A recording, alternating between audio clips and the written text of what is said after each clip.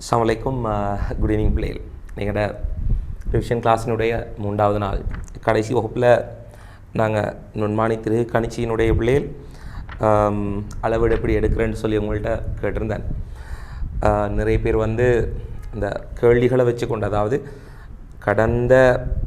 இப்போ கடந்த காலங்களில் ஸ்ட்ரக்சரில் எங்களுக்கு வந்திருக்கக்கூடிய கேள்விகள் எப்படி வருது, அதனுடைய போக்கு ஏபிசிடி எப்படி இருக்குது, அதுக்கு பின்னால் கேட்குற கேள்விகள் எப்படி இருக்குது, அப்போ அவன் கேட்டதுக்கு ஏற்ற மாதிரி அந்த லைனுக்குள்ளே ஆன்சர் எழுத வேணும், இந்த மாதிரியான விடயங்கள் சம்மந்தமாக அவங்கள்ட்ட பேசியிருந்தேன். இது பாஸ் பேப்பர் கேள்விகள் செய்கிற நேரம் நிறைய இடங்கள் உங்களால் பார்க்க முடியுமா இருக்கும். Right, okay. ஸோ அந்த பாயிண்ட் உங்கள்கிட்ட சொல்லியிருந்தேன், அது கட்டாயம் ஞாபகத்தில் இருக்குன்னு நினைக்கிறேன். இந்த உங்களுக்கு தரப்பட்டிருக்கக்கூடிய 4வது கேள்வி, இந்த கம்பீர விட்டம் வாசிக்கிற கேள்வியிலலாம் நிப்பாட்டியிருப்பேன். அதுக்கு உங்கள்கிட்ட ஸ்டெப்ஸு கேட்டிருப்பேன் பிள்ளைகள். நான் முதலாவது பரிபூர்ணமான ஸ்டெப்பை உங்கள்கிட்ட சொல்ல போகிறேன். அந்த ஸ்டெப்பில் இந்த கேள்விக்கு அதை முக்கியத்துவப்படுத்தி எழுத வேணும் இடத்த ஹைலைட் பண்ண சொல்ல போகிறேன். நீங்கள் ஹைலைட் பண்ணி எழுதிக்கொள்ளுங்க. சரி, நேரடியாக கிளாஸுக்குள்ளே போகும், வகுப்புக்குள்ளே போகும் பிள்ளைகள். ரைட், எடுத்துக்கொள்ளுங்க. அந்த கேள்வியில் உங்களுக்கு கேட்கப்பட்ட விஷயம் என்னென்னு சொன்னால் பிள்ளைகள் பாருங்கள். கம்பியின் விட்டத்தை அளவிடுவதற்கு வாசிப்பை பெறும் முறையை சுருக்கமாக விளக்குக. கம்பியின் விட்டத்தை அளக்க வேணும்னு சொன்னால் எங்களுக்கு தெரியும். நுண்மானி திருகு கணிச்சில் முதலாவது பட்டடை கதிர்கோள் இடையிலான இடைவெளியை கூட்ட வேணும். எது வரைக்கும் கூட்ட வேணுமெண்டா, நாங்கள் எடுக்க போகிற அளவீட்டை விட கதிர்கோள் பட்டடை இடையிலான தூரத்தை பெருசாக்க வேணும். ரைட், அது தெளிவாக முதல்ல எழுதிக்கொள்ளும். என்ன ரைட், அளவீடு எப்படி எடுக்க வேணுமென்ற ஸ்டெப்ஸை அவங்கள்ட்ட சொல்லிக்கொள்கிறேன். எல்லாத்தையும் சொல்ல போகிறேன். அதில் மிக முக்கியமாக எதை நாங்கள் எழுத வேணும் இந்த கேள்விக்குன்னு சொல்லி ஹைலைட் பண்ணி எழுதிக்கொள்ளும். சரியோ? ரைட்.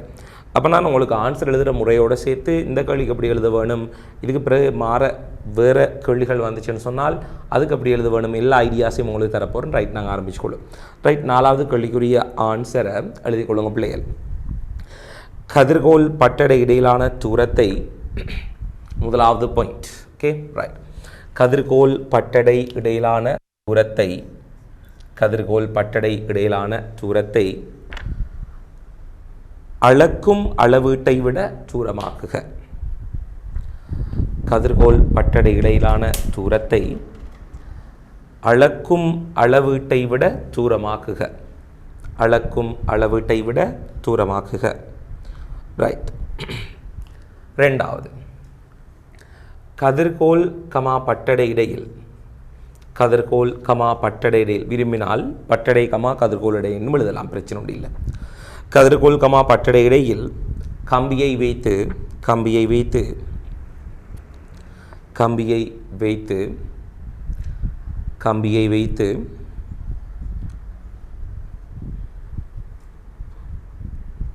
தீதாளை சுழற்றி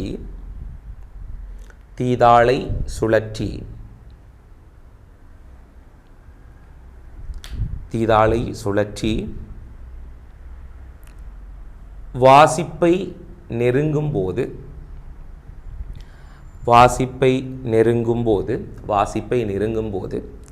தீதாள் தலையை சுழற்றுக. முதல்ல தீதாளை சுற்றி வாசிப்பை நெருங்குற நேரம் நாங்கள் தீதாள் தலையை சுழற்றுவோம். வாசிப்பை நெருங்கும் போது தீதாள் தலையை சுழற்றுக. தீதாள் தலையை சுழற்றுக. 3வது பாயிண்டில் கிளிக் எனும் ஒலி கேட்கப்படும் நிலையில், இந்த இடத்துல அவங்க சொல்லுவாங்க அப்படின்னு சொன்னால் பிள்ளைகள், உங்களுக்கு கிளிக்கண்ட சவுண்ட் கேட்கலும், நீங்கள் இங்கிலீஷில் எழுதையிலும் தமிழில் எழுதையிலும் கிளிக்கண்ட சவுண்ட் கேட்கலாம். இல்லை நீங்கள் கிளிக்கண்டு சொல்லி எழுதி கொள்ளலாம், அல்லது டிக்கண்டு சொல்லுவாங்க. சில இடங்களில் ரிக்கண்டு பயன்படுத்துவாங்க. சில இடத்துல எப்படி எழுதியிருப்பாங்க, ரிக்கண்டு எழுதியிருப்பாங்க. அது உங்களோட விருப்பம். ஸோ கிளிக் அண்ட் சவுண்ட் அதை எழுதுறது எங்களுக்கு பெட்டர் ஆப்ஷன் உண்டா இருக்குமென்னு நினைக்கிறேன். சரியோ? Right, okay. ஸோ என்னது கிளிக் எனும் ஒலி கேட்கப்படும் நேரத்தில் அல்லது ஒலி எழுப்பப்படும் நேரத்தில்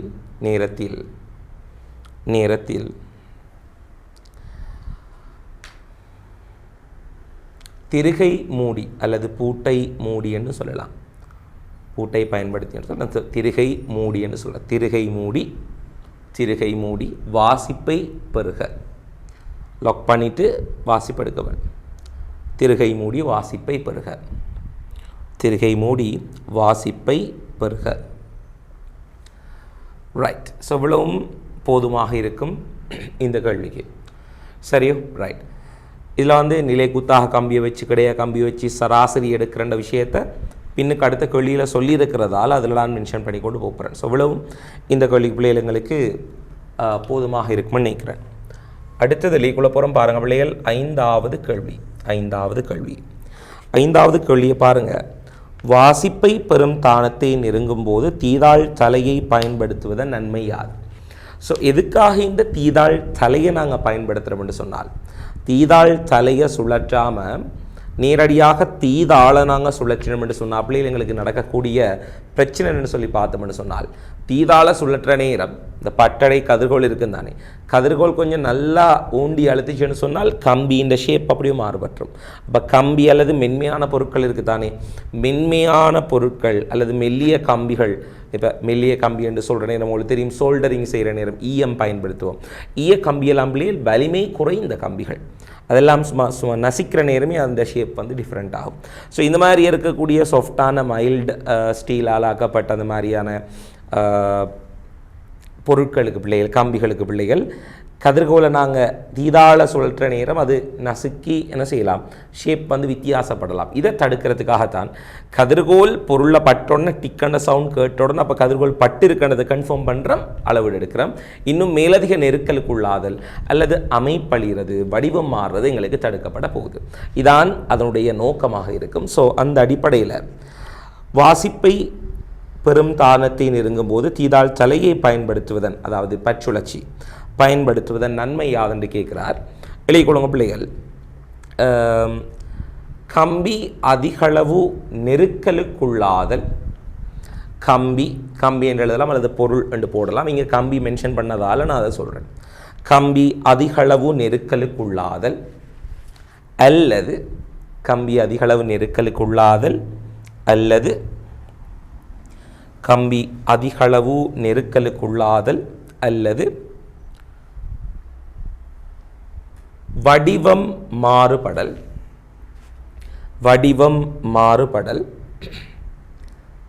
அல்லது சேதமடைதல் என்பன தடுக்கப்படும்.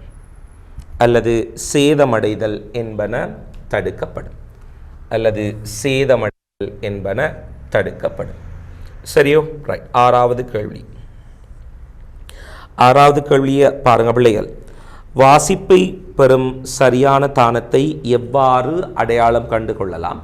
நான் உங்கள்கிட்ட ஏற்கனவே மேலே சொன்ன மாதிரி தீதாள் தலை அல்லது பச்சுழற்சியை சுழற்ற நேரம் அந்த ட்ரிக்கண்ட் அல்லது கிளிக்கண்ட சவுண்ட் நாங்கள் கேட்குற நேரம் எங்களோட வாசிப்பை நெருங்கி இருக்கிற தானத்தை நாங்கள் அடைஞ்சிருக்கிற மண்டத்தை அந்த சவுண்ட் எங்களுக்கு சொல்லுது. அப்போ இதை நாங்கள் தெளிவாக எழுதிவிட்டோம் என்று சொன்னால் எங்களுக்கு போதுமாக இருக்கும். எழுதிக்கொள்ளுங்க பிள்ளைகள், எழுதிக்கொள்ளுங்க. வாசிப்பை நெருங்கும் போது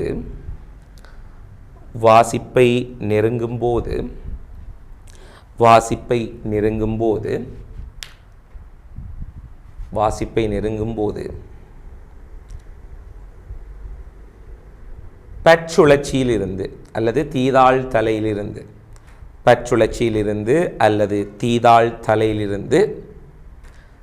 கிளிக் எனும் ஒலி கேட்கப்படும் நிலையில், பச்சுழற்சியிலிருந்து அல்லது தீதாள் தலையிலிருந்து கிளிக் எனும் ஒலி கேட்கப்படும் நிலையில்,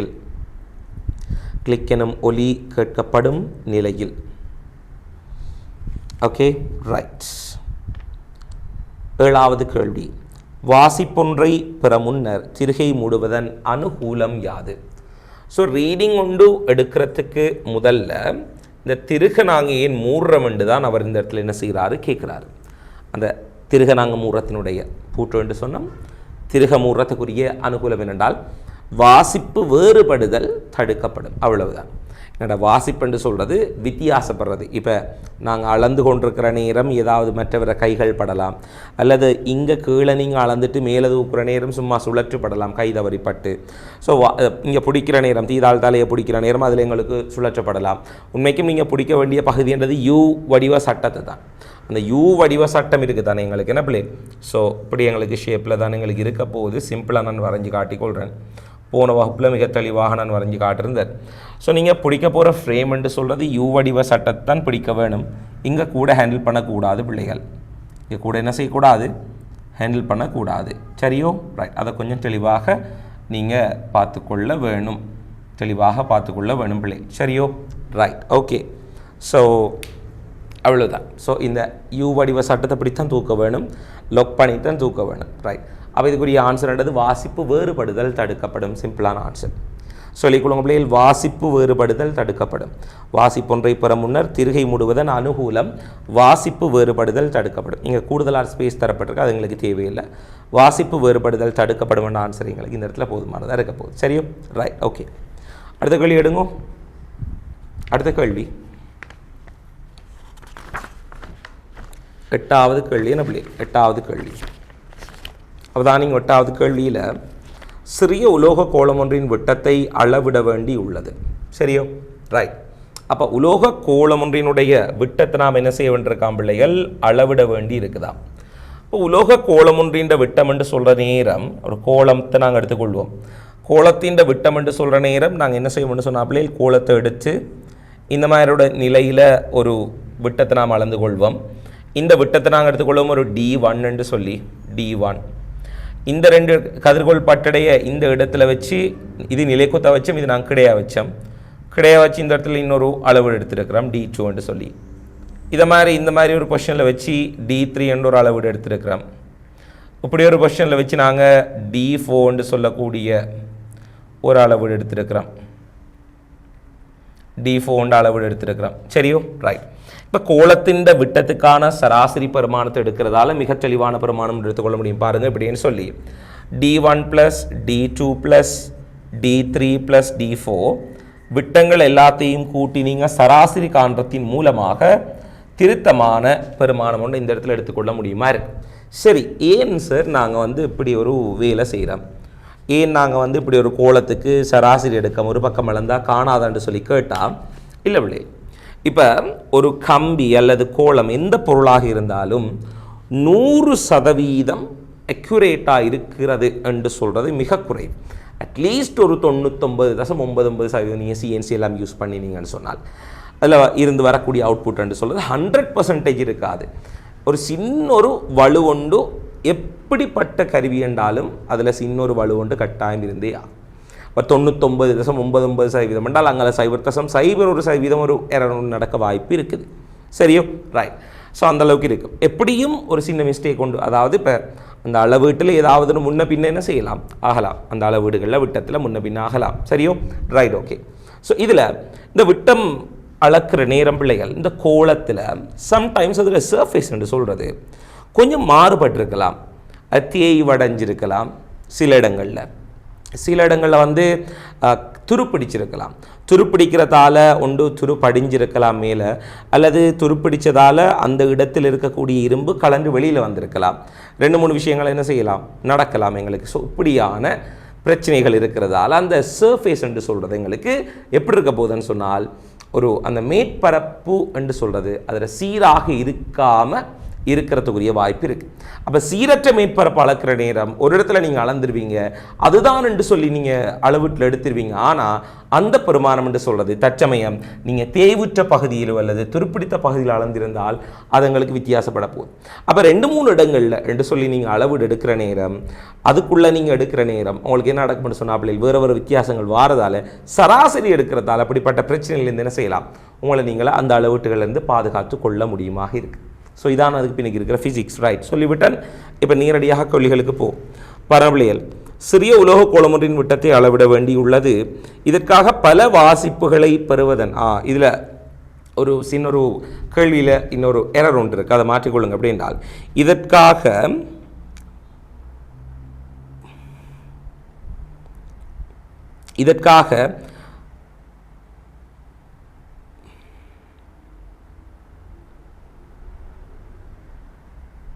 இப்படி எழுதிக்கொள்ளுங்க. இதற்காக பல வாசிப்புகள் எவ்வாறு பெறப்படும் என்று இந்த கேள்வியை கொஞ்சம் மாற்றிக்கொள்ளும்.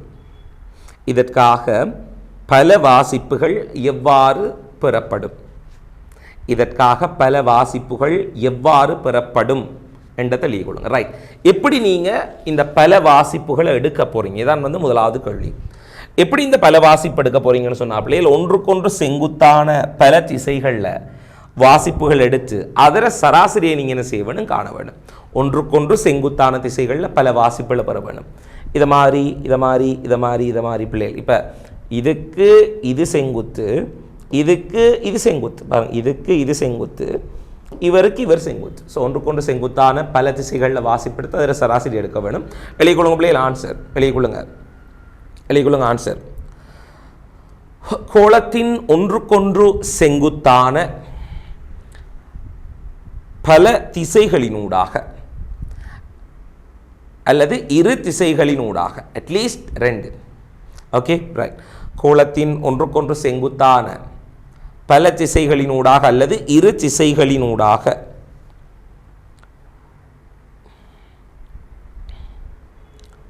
வாசிப்புகளை பெற்று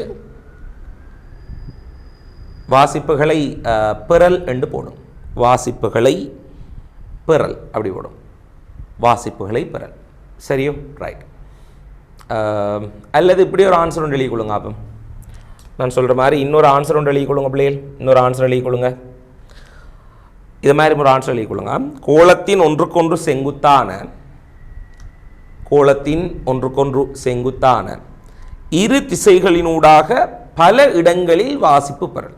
அந்த வசனம் கொஞ்சம் சிறப்பாக இருக்குன்னு நினைக்கிறேன், அதுக்காக தான் சொல்கிறேன். எழுதிக்கொள்ளுங்க. கோளத்தின் ஒன்றுக்கொன்று செங்குத்தான இரு திசைகளினூடாக பல இடங்களில் வாசிப்புகளை பெறல். கோளத்தின் ஒன்றுக்கொன்று செங்குத்தான இரு திசைகளினூடாக பல இடங்களில் வாசிப்புகளை பெறல். பல இடங்களில் வாசிப்புகளை பெறல். சரியோ? ரைட். அப்போ ஒன்றுக்கொன்று செங்குத்தான இரு திசைகளில் பல இடங்களில், இந்த இடத்துல அப்படி ஒன்று எடுத்துருக்கோம். அடுத்தது இந்த இடத்துல ஒன்றுக்கொண்டு செங்குத்தான இரு திசைகள் என்று சொல்கிறது இது 2. இந்த இடத்துல அப்படி ஒன்று எடுத்துருக்கோம். நீங்கள் வேறொரு திசையிலையும் வேறு மாதிரியும் என்ன செய்யலாம், இதை வந்து வேறு இடத்துலையும் என்ன செய்யலாம், உங்களால் எடுத்துக்கொள்ள முடியுமா? சரியோ? ரைட். ஓகே. இப்போ 2வது ஆன்சர் தான் நீங்கள் கூடுதலாக கவனம் செலுத்த பாருங்கள். 2வது ஆன்சருக்கு நேர நான் நல்லது சொன்ன மற்ற ஆன்சருக்கு நேரம் ஒரு டபுள் டிக் போடுங்க. இதைத்தான் பெரும்பாலும் கேள்விகள் வார நேரம் அந்த ஆன்சரை தான் முன்னுரிமைப்படுத்துறது பாருங்கள். சரியோ? ரைட். ஓகே. அடுத்த கேள்வி. ரைட். பல வாசிப்புகளை பெறுவதன் மூலம் இழிவாக்கப்படும் வலு. பல வாசிப்புகளை பெறுறதால இழிவாக்கக்கூடிய வலு என்னன்னு சொல்லி எங்கள்கிட்ட கேட்கிறார்கள். என்ன வலுன்னு சொன்னால் என்ன, சீரற்ற கோளத்தின் மேற்பரப்பு சீரற்று காணப்படுறதால இருக்கக்கூடிய வலுவை நாங்கள் என்ன செய்கிறோம், நிவர்த்தி செய்கிறோம். அப்போ எழுதிக்கொள்ளுங்க பிள்ளைகள், எழுதிக்கொள்ளுங்க. கோளத்தின் மேற்பரப்பின் சீரற்ற தன்மையினால் ஏற்படும் வலு இழிவளவாக்கப்படும். கோளத்தின் மேற்பரப்பின் சீரற்ற தன்மையினால் ஏற்படும் வலு இழிவளவாக்கப்படும் அல்லது இழிவாக்கப்படும் அல்லது புறக்கணிக்கப்படும். கோளத்தின் மேற்பரப்பின் சீரற்ற தன்மையினால் ஏற்படும் வலு இழிவாக்கப்படும். சரியோ? ரைட். ஓகே. அடுத்த கேள்வி. பெறப்பட்ட வாசிப்புகளினால் கோளத்தின் விட்டத்திற்கு பொருத்தமான ஒரு பெருமானத்தை எவ்வாறு பெற்றுக்கொள்ளலாம்? அப்போ பெறப்பட்ட வாசிப்புகள், அப்போ இப்படி பல திசைகளில் வாசிப்பெடுக்கிறீங்க. இந்த வாசிப்பெடுத்து எப்படி நீங்கள் வந்து இப்போ கடைசி கோளத்துக்கான விட்டத்துக்கான பெருமானத்தை எடுக்க போகிறீங்கன்னு சொன்ன பிள்ளைகள், அந்த எடுத்த வாசிப்பினுடைய சராசரி காண்றதால. அப்போ எழுதிக்கொள்ளுங்க பிள்ளைகள். பெறப்பட்ட வாசிப்புகளின் சராசரியை காண்பதன் மூலம், பெறப்பட்ட வாசிப்புகளின் சராசரியை காண்பதன் மூலம், பெறப்பட்ட வாசிப்புகளின் சராசரியை காண்பதன் மூலம், பெறப்பட்ட வாசிப்புகளின் சராசரியை காண்பதன் மூலம். சரியோ? ரைட். அப்போ 8வது கேள்வியில் இருக்கக்கூடிய ஏபிசி பாட்டுக்குரிய ஆன்சர்ஸ் முழுமையாக நாம் என்ன செஞ்சிருக்கிறோம், டிஸ்கஸ் பண்ணி இருக்கிறோம். உன்னையும் மிக தெளிவாக படித்து கொள்ள வேண்டும். நீ நினைக்கிற மாதிரி சாதாரணமாக கடந்து போகக்கூடிய ஒரு விஷயம் உண்டு இல்லது, நிறைய விளக்கங்களோடு இருக்கக்கூடியது. ஸோ மிக தெளிவாக நீங்கள் பிள்ளைகள் என்ன செய்ய வேணும், படித்து கொள்ள வேணும். சரியோ? ரைட். ஓகே. ஸோ நாங்கள் இந்த ஏபிசி பாட்டை என்ன செஞ்சுருக்கிறோம், கம்ப்ளீட் பண்ணியிருக்கிறோம். என்ன? ரைட். ஓகே. ஸோ இந்த பாட்டெல்லாம் கம்ப்ளீட் பண்ணியாச்சு.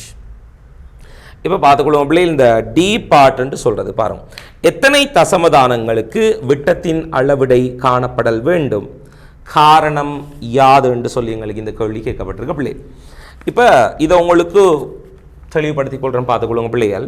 இந்த டி பார்ட்ன்னு சொல்கிறத நான் அடுத்து தெளிவுகொள்கிறேன் பாருங்க. 8வது கேள்வியில் டி பார்ட், 8வது கேள்வியில் டி பார்ட் எடுத்துக்கொள்கிறேன். இப்போ ஃபார் அன் எக்ஸாம்பிள், உதாரணத்துக்கு நாங்கள் எடுத்துக்கொள்வோம் என்ன, ரைட். இப்போ நான் நேற்றைய கடந்த வகுப்பில் நாங்கள் படிச்சிருந்தோம் எப்படின்னு சொன்னால் பிள்ளைகள், கடந்த வகுப்பில் படிச்சிருந்தோம் ஒரு 1% வலுவில் நாங்கள் எடுக்கக்கூடிய வாசிப்பு அல்லது 1%த்திலும் குறைவாக எடுக்கக்கூடிய வாசிப்பு, 1% வலு அல்லது 1%த்திலும் குறைவாக நாங்கள் எடுக்கக்கூடிய வாசிப்பு தான் சிறந்ததாக இருக்கும் என்று சொல்லி போன வகுப்பில் நாங்கள் என்ன செஞ்சுருந்தோம், படிச்சிருந்தோம். இதன் அடிப்படையில் மீட்டர் கோல் என்று சொன்னால் எங்களுக்கு ஆக குறைஞ்ச 1% வலுவில் எங்களுக்கு எடுக்கக்கூடிய மினிமம் அளவீடு, ஆக குறைந்த அளவீடு என்றது 10 சென்டிமீட்டர். அதே நேரம் எங்களுக்கு இது இப்போ 1 மில்லிமீட்டர் இழிவெண்ணிக்கை இருக்கக்கூடியது.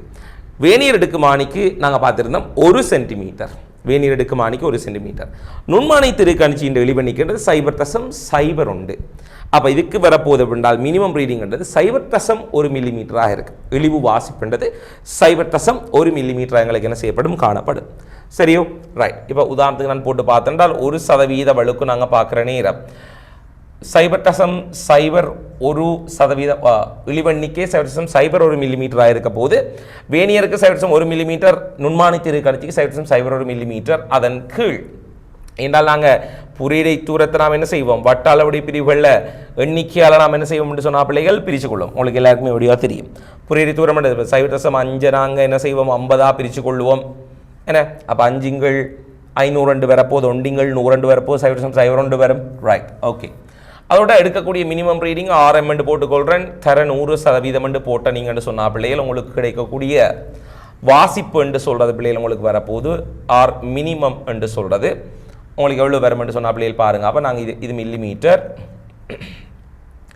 100ஆல் பிரிக்கணும் என்று சொன்னால் பிள்ளைகள் எங்களுக்கு வரப்போது 1 மில்லிமீட்டர் என்று சொல்லி 1 மில்லிமீட்டர் அல்லது 0.1 சென்டிமீட்டராக இருக்கும். ஏனென்றால் மீட்டர் கோலுக்கு 10 சென்டிமீட்டர், வேணியருக்கு 1 சென்டிமீட்டர், நுண்மானை திருக்கணிச்சிக்கு 0.1 சென்டிமீட்டர், 0.1 சென்டிமீட்டர் என்றது 1 மில்லிமீட்டர். Right, okay. இப்போ நான் உங்களுக்கு எடுக்கக்கூடிய வாசிப்புகள், கருவியை பயன்படுத்தி எடுக்கக்கூடிய வாசிப்புன்னு சொல்கிறது பிள்ளைகள் எப்படி எங்களுக்கு இருக்குதுன்னு சொன்னால் பாருங்க. 8.41 மில்லிமீட்டர் ஒரு வாசிப்பு, 8.42 மில்லிமீட்டர் ஒரு வாசிப்பு, 8.44 மில்லிமீட்டர் ஒரு வாசிப்பு, 8.43 மில்லிமீட்டர் ஒரு வாசிப்பாக இருக்க போகுது. சரியோ, ரைட். போடும் கொஞ்சம் வித்தியாசம் போடும்.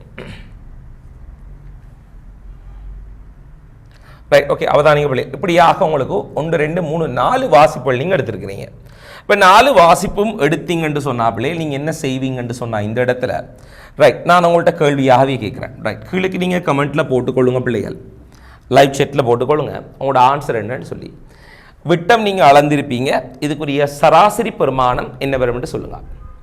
அதாவது இப்போ இதெல்லாம் கூட்டி எடுத்து இதில் சராசரி வாசிப்பு என்ன கிடைக்குன்னு சொல்லுங்கள். விட்டம் குயிக்காக சொல்லிக்கொள்ளுங்க, உங்களோட லைவ் செட்டில் போட்டுக்கொள்ளுங்க, லைவ் செட்டில் போடுங்க பிள்ளைகள்,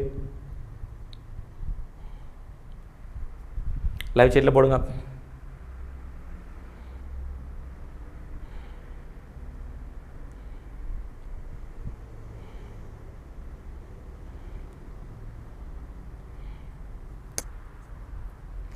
லைவ் செட்டில் போடுங்க பிள்ளைகள்.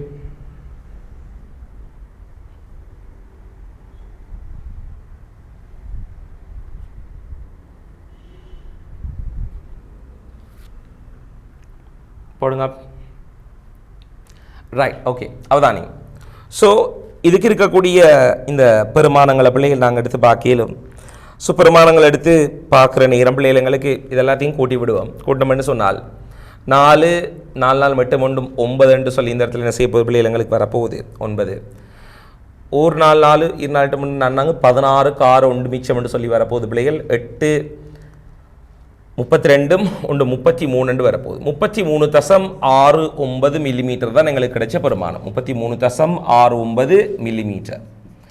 இந்த 33.69 மில்லிமீட்டர் பிள்ளைகள் நாங்கள் 4ஆக பிரித்து விட்டோம் என்று சொன்னால் எங்களுக்கு கிடைக்கக்கூடிய ஆன்சர்னு சொல்றது எப்படி வரும்னு சொன்ன பிள்ளைகள் 8.4225 சொல்லி வரப்போகுது. 8.4225 மில்லிமீட்டர். அப்போ இப்படி என்று சொல்லி எடுத்துட்டு ஆன்சருக்கு நீங்கள் போனீங்கன்னு சொன்னா பிள்ளைகள் இந்த இடத்துல உங்களுக்கு பிழை. இப்படி ஆன்சர் நீங்கள் எடுத்தீங்கன்னு சொன்னா பிள்ளைகள் உங்களோட ஆன்சர் பிழை. காரணம் என்னன்னு சொல்லி பார்த்தோம்னு சொன்னால் இந்த இடத்துல ஒரு அளவீடு எடுத்து நீங்கள் வாசிப்பு போட போறீங்கன்னு சொன்னா பிள்ளைகள் ஒரு அளவீடு எடுத்து அதில் சராசரியை கண்டு அது பெருமானத்தை நீங்கள் போட போறீங்கன்னு சொன்னால் உங்களுக்கு இருக்கக்கூடிய ஆகப்பெரிய ஒரு பிரச்சனை என்று சொன்னா பிள்ளைகள் நீங்கள் கட்டாயம் அளவீடு எடுத்த கருவியினுடைய இழிவெண்ணிக்கையை பார்த்து தான் அந்த சராசரி பெருமானத்தை நீங்கள் போட வேணும். அவதானிங்க, நாங்கள் அளவீடு எடுத்த கருவியினுடைய இழிவெண்ணிக்கை என்றது 0.01 மில்லிமீட்டர். அப்போ 2ஆம் தசமதானத்தில் தான் நாங்கள் அளவீடு பெற்றிருக்கோம் என்றால் நாங்கள் இந்த இடத்துல இதுக்கு சராசரி இப்போ இதெல்லாம் 2க்கு தான் எடுத்திருக்கோம். எல்லாம் இதில் எடுத்த அளவீடு தானே, நுண்மானி திருக்கணிச்சில் எடுத்த அளவீடு தானே. சராசரி கண்டுவிட்டோம் எங்களுக்கு இப்படி வருதுன்னு சொன்னா பிள்ளைகள் நாங்கள் என்ன செய்ய வேண்டியிருக்கோம், வந்த பெருமானத்தை 2 தசமதானங்களுக்கு மட்டும் கொடுக்க வேணும். அப்போ 2 தசமதானத்துக்கு இவங்களை என்ன செய்ய வேண்டும் என்று சொன்னால் மட்டம் தட்ட வேணும். ஸோ 2 தசமதானங்களுக்கு மட்டம் தட்டல். 2 தசமதானங்களுக்கு 2 தசமதானங்களுக்கு மட்டம் தட்டப்படும். ரைட், 2 தசமதானத்துக்கு மட்டம் தட்டணும்னு சொன்னாப்பில் 25 சொல்லி வருது. எங்களுக்கு 50க்கு மேலே இருந்தால் தான் நாங்கள் 3 உண்டு கொடுக்க வேணும். ஆகவே நேரடியாக மட்டம் தட்ட ஆன்சர் சொல்வது 8.42 மில்லிமீட்டர். இதுதான் பிள்ளைகள் இவர சராசரி விட்டமாக இருக்கும். இந்த ஆன்சர் இல்லை, இந்த ஆன்சர் இல்லை. இதுதான் சரியான ஆன்சர். எங்களுக்கு என்ன செய்வது இருக்க போகுது. ஸோ இந்த விஷயத்தை கொஞ்சம் நீங்கள் என்ன செய்ய வேணும், பார்த்துக்கொள்ள வேணும். 2 தசமானு கொடுக்குற காரணம் என்னன்னு சொன்னால் இழிவெண்ணிக்கை, அந்த கருவியினுடைய இழிவெண்ணிக்கை 2ஆம் தசமதானத்தில் காணப்படுறதால உங்களோட விடை என்றது சராசரி எடுத்த பெருமானத்தில் விடை என்றது 2ஆம் தசமதானத்தில் காணப்பட வேண்டும். சரியோ? ரைட், அவ்வளவுதான். ஸோ இந்த இடத்துல எத்தனை தசமதானங்களுக்கு விட்டத்தின் அளவிடை காணப்படல் வேண்டும்? காரணம் யாது? 2 தசமதானங்களுக்கு காணப்பட வேண்டும். காரணம் என்னன்னு சொன்னால் அளக்கும் கருவியின் இழிவெண்ணிக்கை அல்லது இங்கு அளக்கும் கருவியின் இழிவெண்ணிக்கை 2 தசமதானத்தில் காணப்படுவதால். Very simple. எழுதிக்கொள்ளுங்க. அளக்கும் கருவியின் இழிவெண்ணிக்கை 2 தசமதானங்களில் காணப்படுவதால் அல்லது 2 தசமதானங்களில் காணப்படுவதால் என்று சொல்லி எழுதினீங்க. சரி பிள்ளை. ஓகே, ரைட், அவ்வளோதான். அளக்கும் கருவியின் இழிவெண்ணிக்கை அல்லது நுண்மானி திருக்கணிச்சியின் இழிவெண்ணிக்கை 2ஆம் தசமதானத்தில் காணப்படுவதால் அல்லது 2 தசமதானங்களுக்கு காணப்படுவதால் எழுதினீங்கன்னு சொன்னால் சரி, அவ்வளோதான். Very simple. ஸோ டி பாட்டுக்குரிய ஆன்சர் நம்ம என்ன செஞ்சிருக்கோம், எடுத்திருக்கிறோம் பிள்ளை. Okay, right. அடுத்தது 9வது கேள்வி. 9வது கேள்வியில் பிள்ளைகள் ஒரு சின்னொரு மாற்றம் ஒன்றை நீங்கள் செய்து கொள்ளுங்கள். என்னென்னு சொன்னால் கடதாசி ஒன்றின் தடிப்பு 0.6 மில்லிமீட்டர் இருக்குது. இதை நீங்கள் என்ன செய்ய வேண்டும் என்றால் 0.06 மில்லிமீட்டர்னு மாற்றி விடுங்க. சரியோ? ரைட். இந்த கேள்வியில் 9வது கேள்வியில் பிள்ளைகள் கடதாசியின் தடிப்பண்டது 0.06 மில்லிமீட்டர் என்று சொல்லி போட்டுக்கொள்ளுங்க. Okay, right. ஒரு கடதாசியை மாத்திரம் பயன்படுத்தி இவ்வளவு விட்டை பெற முடியாமைக்கான காரணம் யாதென்று கேட்கிறார். எங்களுக்கு தெரியும், அவதான் சொல்லுங்க பிள்ளைகள். நான் ஏற்கனவே உங்களுக்கிட்ட சொன்ன மாதிரி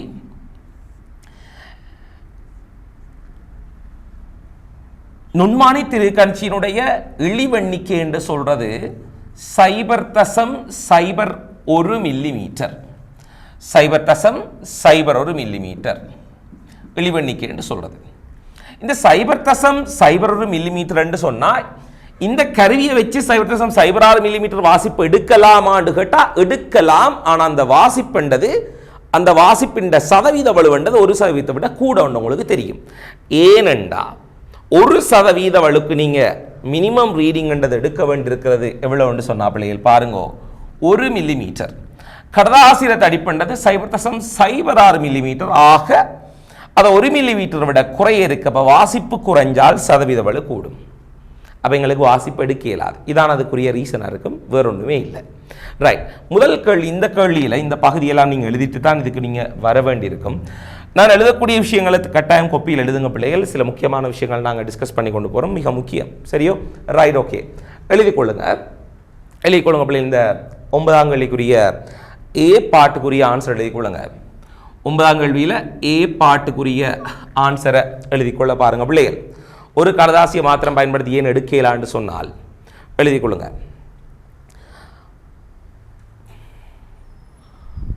காரணம் என்ன? ரைட். வாசிப்பின் சதவீத வலு. வாசிப்பின் சதவீத வலு.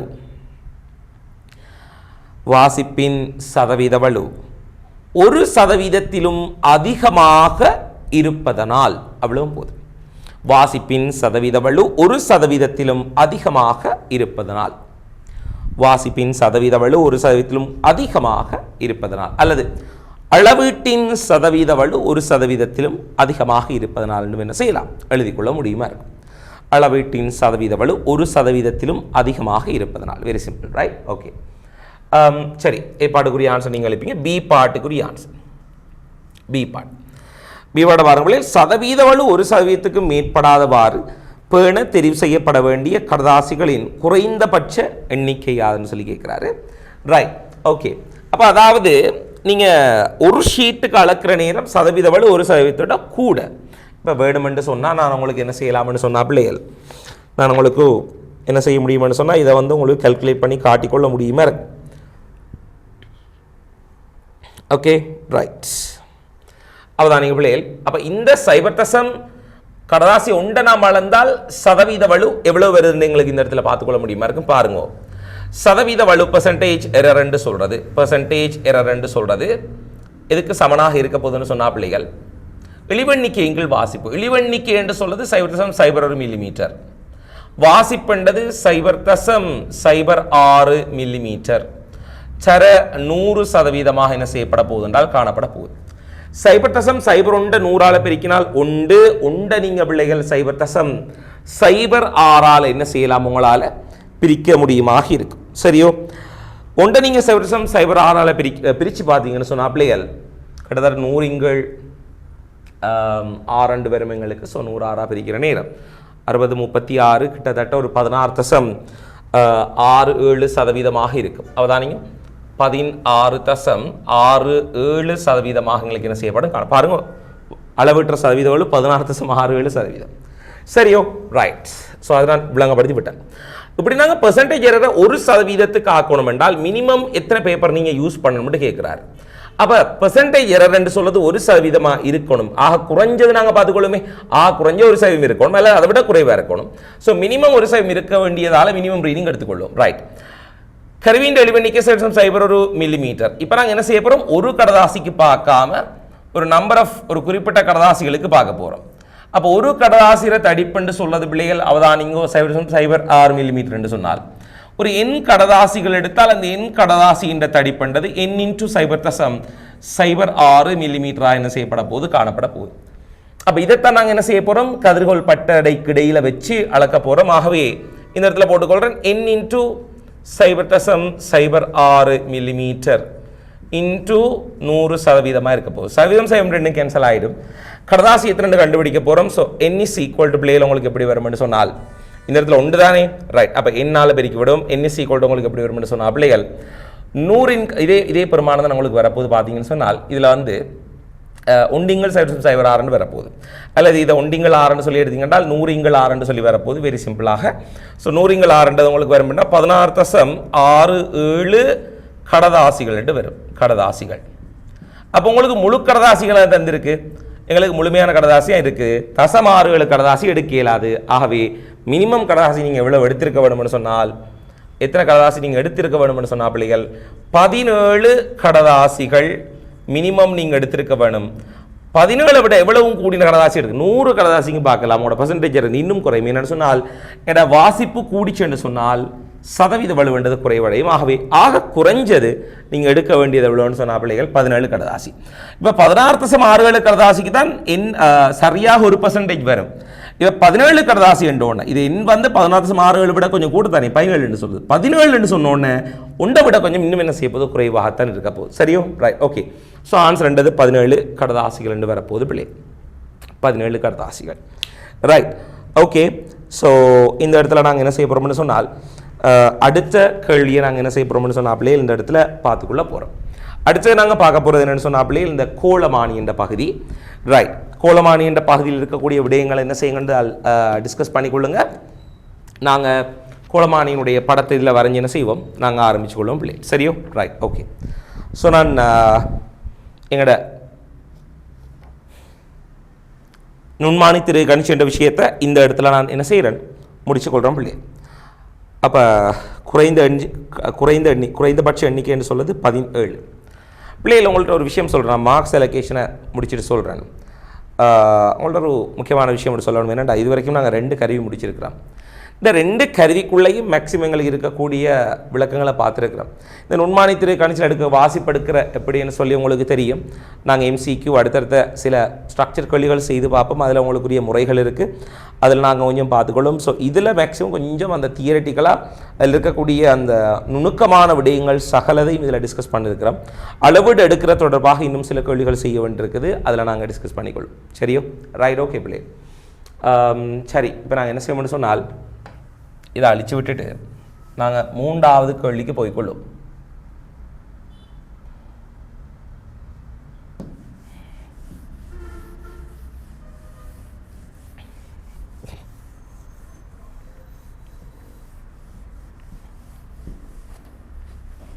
ரைட், இந்த நான் நினைக்கிறேன் இந்த 3வது கேள்விக்கு போகிறத விட நான் என்ன செய்ய போகிறேன்னு சொன்னால் பிள்ளைகள் 4வது கேள்வியை ஒருக்கா டிஸ்கஸ் பண்ண போகிறேன். காரணம் என்னென்னு சொன்னால், 3வது கேள்வியில் இந்த கோலமானியில் கொஞ்சம் இந்த டெக்னிக்கலான சில விஷயங்கள், இந்த ரீடிங் எடுக்கிற விஷயங்கள்லாம் கொஞ்சம் கூடுதலாக பேச வேண்டியிருக்கு. ஏண்டா அதில் பூச்சியத்துக்கு மேலே முதல் வாசிப்பு இருக்கிற நேரம் 2வது வாசிப்பு வித்தியாசம் எடுக்கிறது, பூச்சியத்துக்கு கீழே இருக்கிற நேரம் அதில் மேலே கீழே வார நேரம் ரீடிங் எடுக்கிறேன்னு சொல்லி கொஞ்சம் கூட டெக்னிக்கலாக நாங்கள் டிஸ்கஸ் பண்ண வேண்டியிருக்கோம். கொஞ்சம் கூட டைம் தேவைப்படும். ஸோ நான் நாளைக்கு நாங்கள் கொஞ்சம் கூடுதலான நேரம் எடுத்து அதை டிஸ்கஸ் பண்ணிக்கொள்வோம். இப்போ நாங்கள் 4வது கேள்வியை டிஸ்கஸ் பண்ணி முடிச்சுக்கொள்வோம். 4வது கேள்வியை. சரியோ? Right, okay. சரி,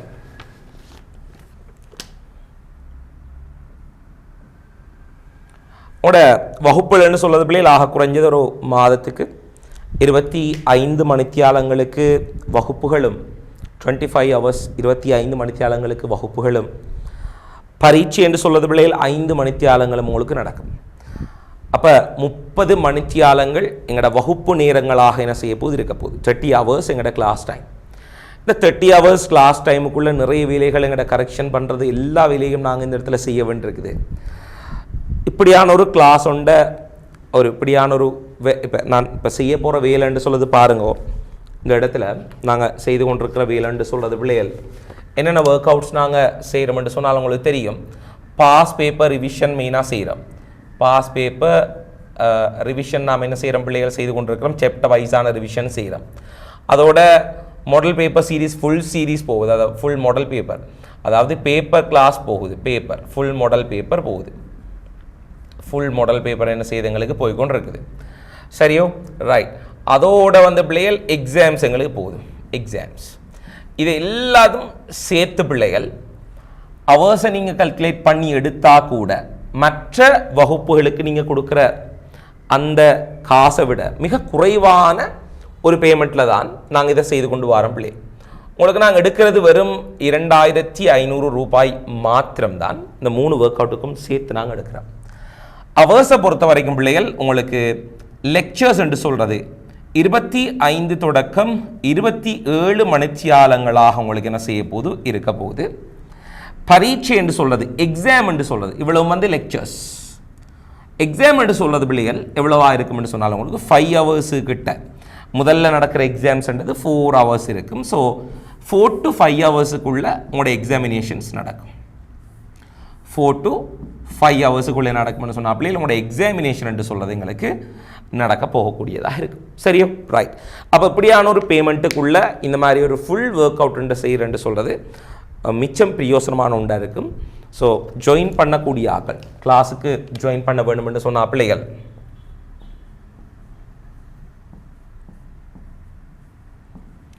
ரைட் இந்த வாட்ஸ்அப் இலக்கத்தை அட்மின் வாட்ஸ்அப் இலக்கத்தை தொடர்பு கொண்டு என்ன செய்யலாம், எங்களோட கிளாஸுக்கு நீங்கள் ஜாயின் பண்ண முடியுமாக இருக்கும். சரியோ? ரைட். Right, okay. ஸோ அதாவது இடையில் நான் அந்த விஷயத்தை சொல்லிக்கொள்கிறேன். ஏனென்றால் நிறைய பேர் வந்து நிறைய கூட காசை கொடுத்து ஒரு என்ன சொல்கிற பலன் அடைஞ்சிருப்பீங்க. எப்படியும் ஒரு சார் படிப்பிக்கிறாண்டா அட்லீஸ்ட் ஏதோ ஒரு விஷயத்தை பிடிச்சிருப்பீங்க. ஆனால் நாங்கள் வந்து பிள்ளைகளுக்கு எஃபோர்டபுளான ப்ரைஸில் நல்ல ஒரு தரமான ஒர்க் அவுட் ஒன்று செய்கிறோம். இன்னும் நிறைய செய்கிறதுக்கு இருக்கிறோம். இந்த ஃப்யூச்சரில் இதோட சேர்த்து இன்னொரு கிளாஸ் கொண்டு போவோம். நான் நினைக்கிறேன் அந்த கிளாஸ் வந்து மார்ச் ஏப்ரல் மாதங்களில் அது எங்களுக்கு ஆரம்பிக்கும். ஸோ அன்னரம் இன்னும் நல்லா இருக்கும்னு நினைக்கிறேன். ஸோ பார்க்குற நேரம் உங்களுக்கு விளங்கும்னு நினைக்கிறேன். சரி, ரைட். மாதத்துக்கு நாங்கள் ஃப்ரீ செமினார் சீரீஸும் செய்வோம். இந்த மாதம் கடைசியில் நான் ஒரு ஃப்ரீ செமினார் கிளாஸும் வந்து ஒரு ஃபுல் டே கிளாஸ் மாதிரி ஒரு நைட்டுக்கு அல்லது மார்னிங் டைமில் ஒரு ஃபுல் செமினார் மாதிரி போடுவேன் 4 to 5 hours. ஸோ அதெல்லாம் இன்னும் இன்ட்ரெஸ்ட்டாக இருக்கும் எங்களுக்கு.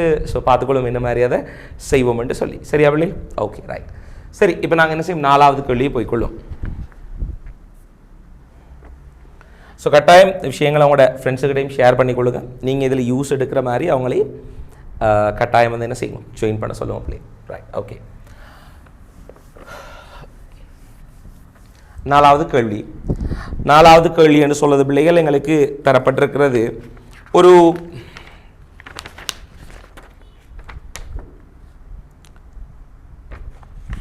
நகரும் நுணுக்கு காட்டியாக இருக்கு. என்ன? ரைட். நகரும் நுணுக்கு காட்டியினுடைய வெரி பேசிக்கான ஒரு படம் ஒன்று நான் இந்த இடத்துல வரைஞ்சு கொள்கிறேன். பேசிக்கான ஒரு படம் ஒன்ற பிள்ளைகள் நகரும் நுணுக்கு காட்டிக்கு இந்த இடத்துல நான் வரைஞ்சு கொள்கிறேன். பார்த்துக்கொள்ளும்.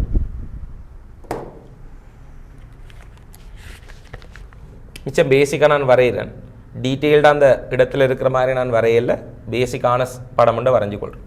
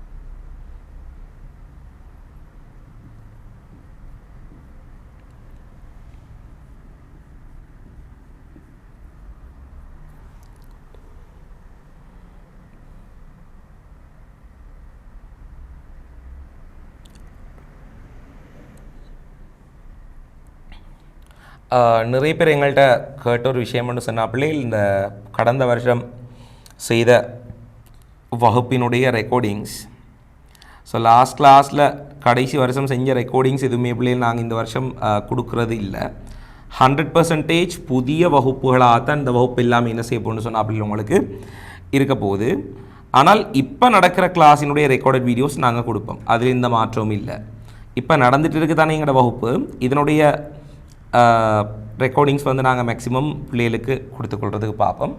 ஸோ கடந்த காலத்தில் நாங்கள் செய்த வகுப்புன்ற ரெக்கார்டிங்ஸ் எங்களுக்கு எடுக்க இயலாது. ஏனென்றால் இதுக்கு பிறகு நாங்கள் ஒரு ஸ்டாண்டர்டை மெயின்டைன் பண்ணி ஒரு ஆப் மூலமாக தான் எங்களோட எல்லா எக்ஸசையும் கொடுத்துக்கொள்ள போகிறோம் பிள்ளைகள். அடுத்தது 100% ஒவ்வொரு பெட்சுக்கும் பழைய வீடியோஸ் இல்லாமல் ஃப்ரெஷ்ஷாக அந்த பெட்சுக்கு தியரி அண்ட் ரிவிஷன் கிளாஸஸ் செய்கிற மாதிரி தான் நாங்கள் கொண்டு போக போகிறோம் பிள்ளைகள். அதோட ஒவ்வொரு மாதமும் பிள்ளைகளுக்கு டியூட்ஸ் அனுப்பி கொஞ்சம் மினக்கெட்டு தான் இந்த வகுப்புகளை எல்லாத்தையும் நாங்கள் செய்து கொள்ள போகிறோம். ஸோ இந்த வருஷம் கட்டாயம் ஒரு பெரிய ஒரு மாற்றம் ஒன்று இருக்குமென்று நான் நினைக்கிறேன் எங்களோட கிளாஸ் சிஸ்டம் எல்லாத்துலேயுமே.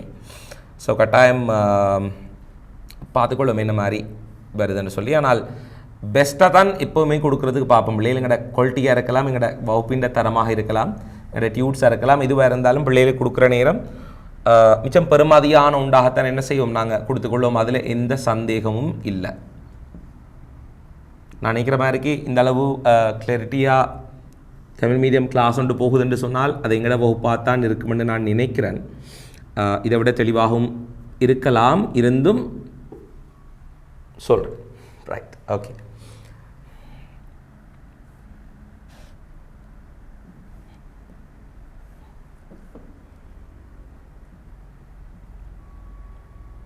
கட்டாயம் தான் இந்த வருஷம் செய்யக்கூடிய வகுப்புன்றது பிள்ளைகள் கட்டாயம் ஒரு பெரிய ஒரு மாற்றம் ஒன்று நோக்கினதாக தான் இருக்கும். ஏனென்றால் நான் முதல் வகுப்புலேயே அதை பற்றி கதைச்சிருப்பேன். எங்களோட தமிழ் மீடியத்தை பொறுத்த வரைக்கும் வெளியில் நிறைய ஸ்டூடெண்ட்ஸ் இருக்கிறாங்க. நாங்கள் ஒரு சின்ன ஒரு குறுகிய ஒரு வட்டத்துக்குள்ளே தான் பிள்ளைகள் இப்போவும் இருக்கிறோம். எங்களோட ரிசோர்ஸஸ்ன்னு சொல்கிறதும் ஒரு குறுகிய ஒரு வட்டத்துக்குள்ளே என்ன செய்யுது சுற்றி கொண்டிருக்குது. ஸோ கட்டாயம் எங்களோட பிள்ளைகள் வந்து மற்ற பிள்ளைகள் எப்படி ஒர்க் அவுட் பண்ணுது, என்ன மாதிரி போகிறாங்க, என்ன விஷயம்னு சொல்லி கொஞ்சம் கூடுதல் அக்கறை செலுத்த வேணும். எங்களோட பிள்ளைகளும் எங்களோட தமிழ் மொழி மூலமான மாணவர்களும் நல்லா செய்கிறாங்க, அதில் எந்த வித மாற்று கருத்துமே இல்லை. இருந்தாலும் இதை விட நல்லா செய்யலாம் பிள்ளைகள். எங்களுக்கு கிடைக்கக்கூடிய ரிசோர்ஸஸ் கூடுற நேரம் இதை விட என்ன செய்யலாம், எங்களால் நல்லா செய்யக்கூடியதாக இருக்கும். ஸோ நீங்கள் எதுக்கும் பயப்பட வேண்டிய அவசியம் இல்லை. சரியான ஒரு ஒர்க் அவுட்டை தொடர்ச்சியாக நீங்கள் ஃபாலோ அப் பண்ணி கொண்டிருந்தீங்கன்னு சொன்னாலே உங்களோட ரிசல்ட்ஸ் என்ன செய்யும் பிள்ளைகள் நல்ல ஒரு பெறுபொருண்டு உங்களுக்கு கடைசியில் வந்து சேரக்கூடியதாக இருக்கும். நீங்கள் எதுக்கும் ஒரி பண்ண வேண்டிய அவசியம் ஒன்று இல்லை. சரியோ? ரைட். எதையும் பற்றி நீங்கள் யோசிக்க வேண்டிய அவசியம் இல்லை, எதையும் பற்றி ஒரி பண்ண வேண்டிய அவசியம் உங்களுக்கு இல்லை. தரக்கூடிய ஒர்க் அவுட்டை சரியாக செய்து கொள்ளுங்கள், தொடர்ச்சியாக வகுப்புகளை அட்டென்ட் பண்ணிக்கொள்ளுங்கள், நல்ல ரிசல்ட்ஸ் ஒன்று எடுக்கலும் பிள்ளைகள். Right, okay. ஸோ பெரும்பான்மையான விஷயங்கள் எங்களுக்கு இந்த இடத்துல இருக்குது. ரைட், நாங்கள் பெயர்களை போட்டுக்கொள்ளும். அவதானிங்க, அவர் சொல்லியிருக்கிறாரு இதென்று சொல்கிறது ஏ என்று சொல்லி. ஏ இது பி பிள்ளைகள்,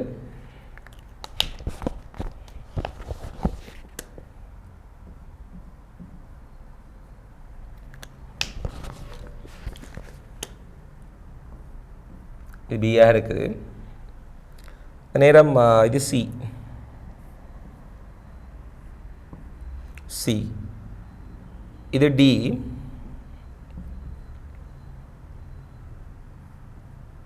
இது இ, எஃப், ஜி,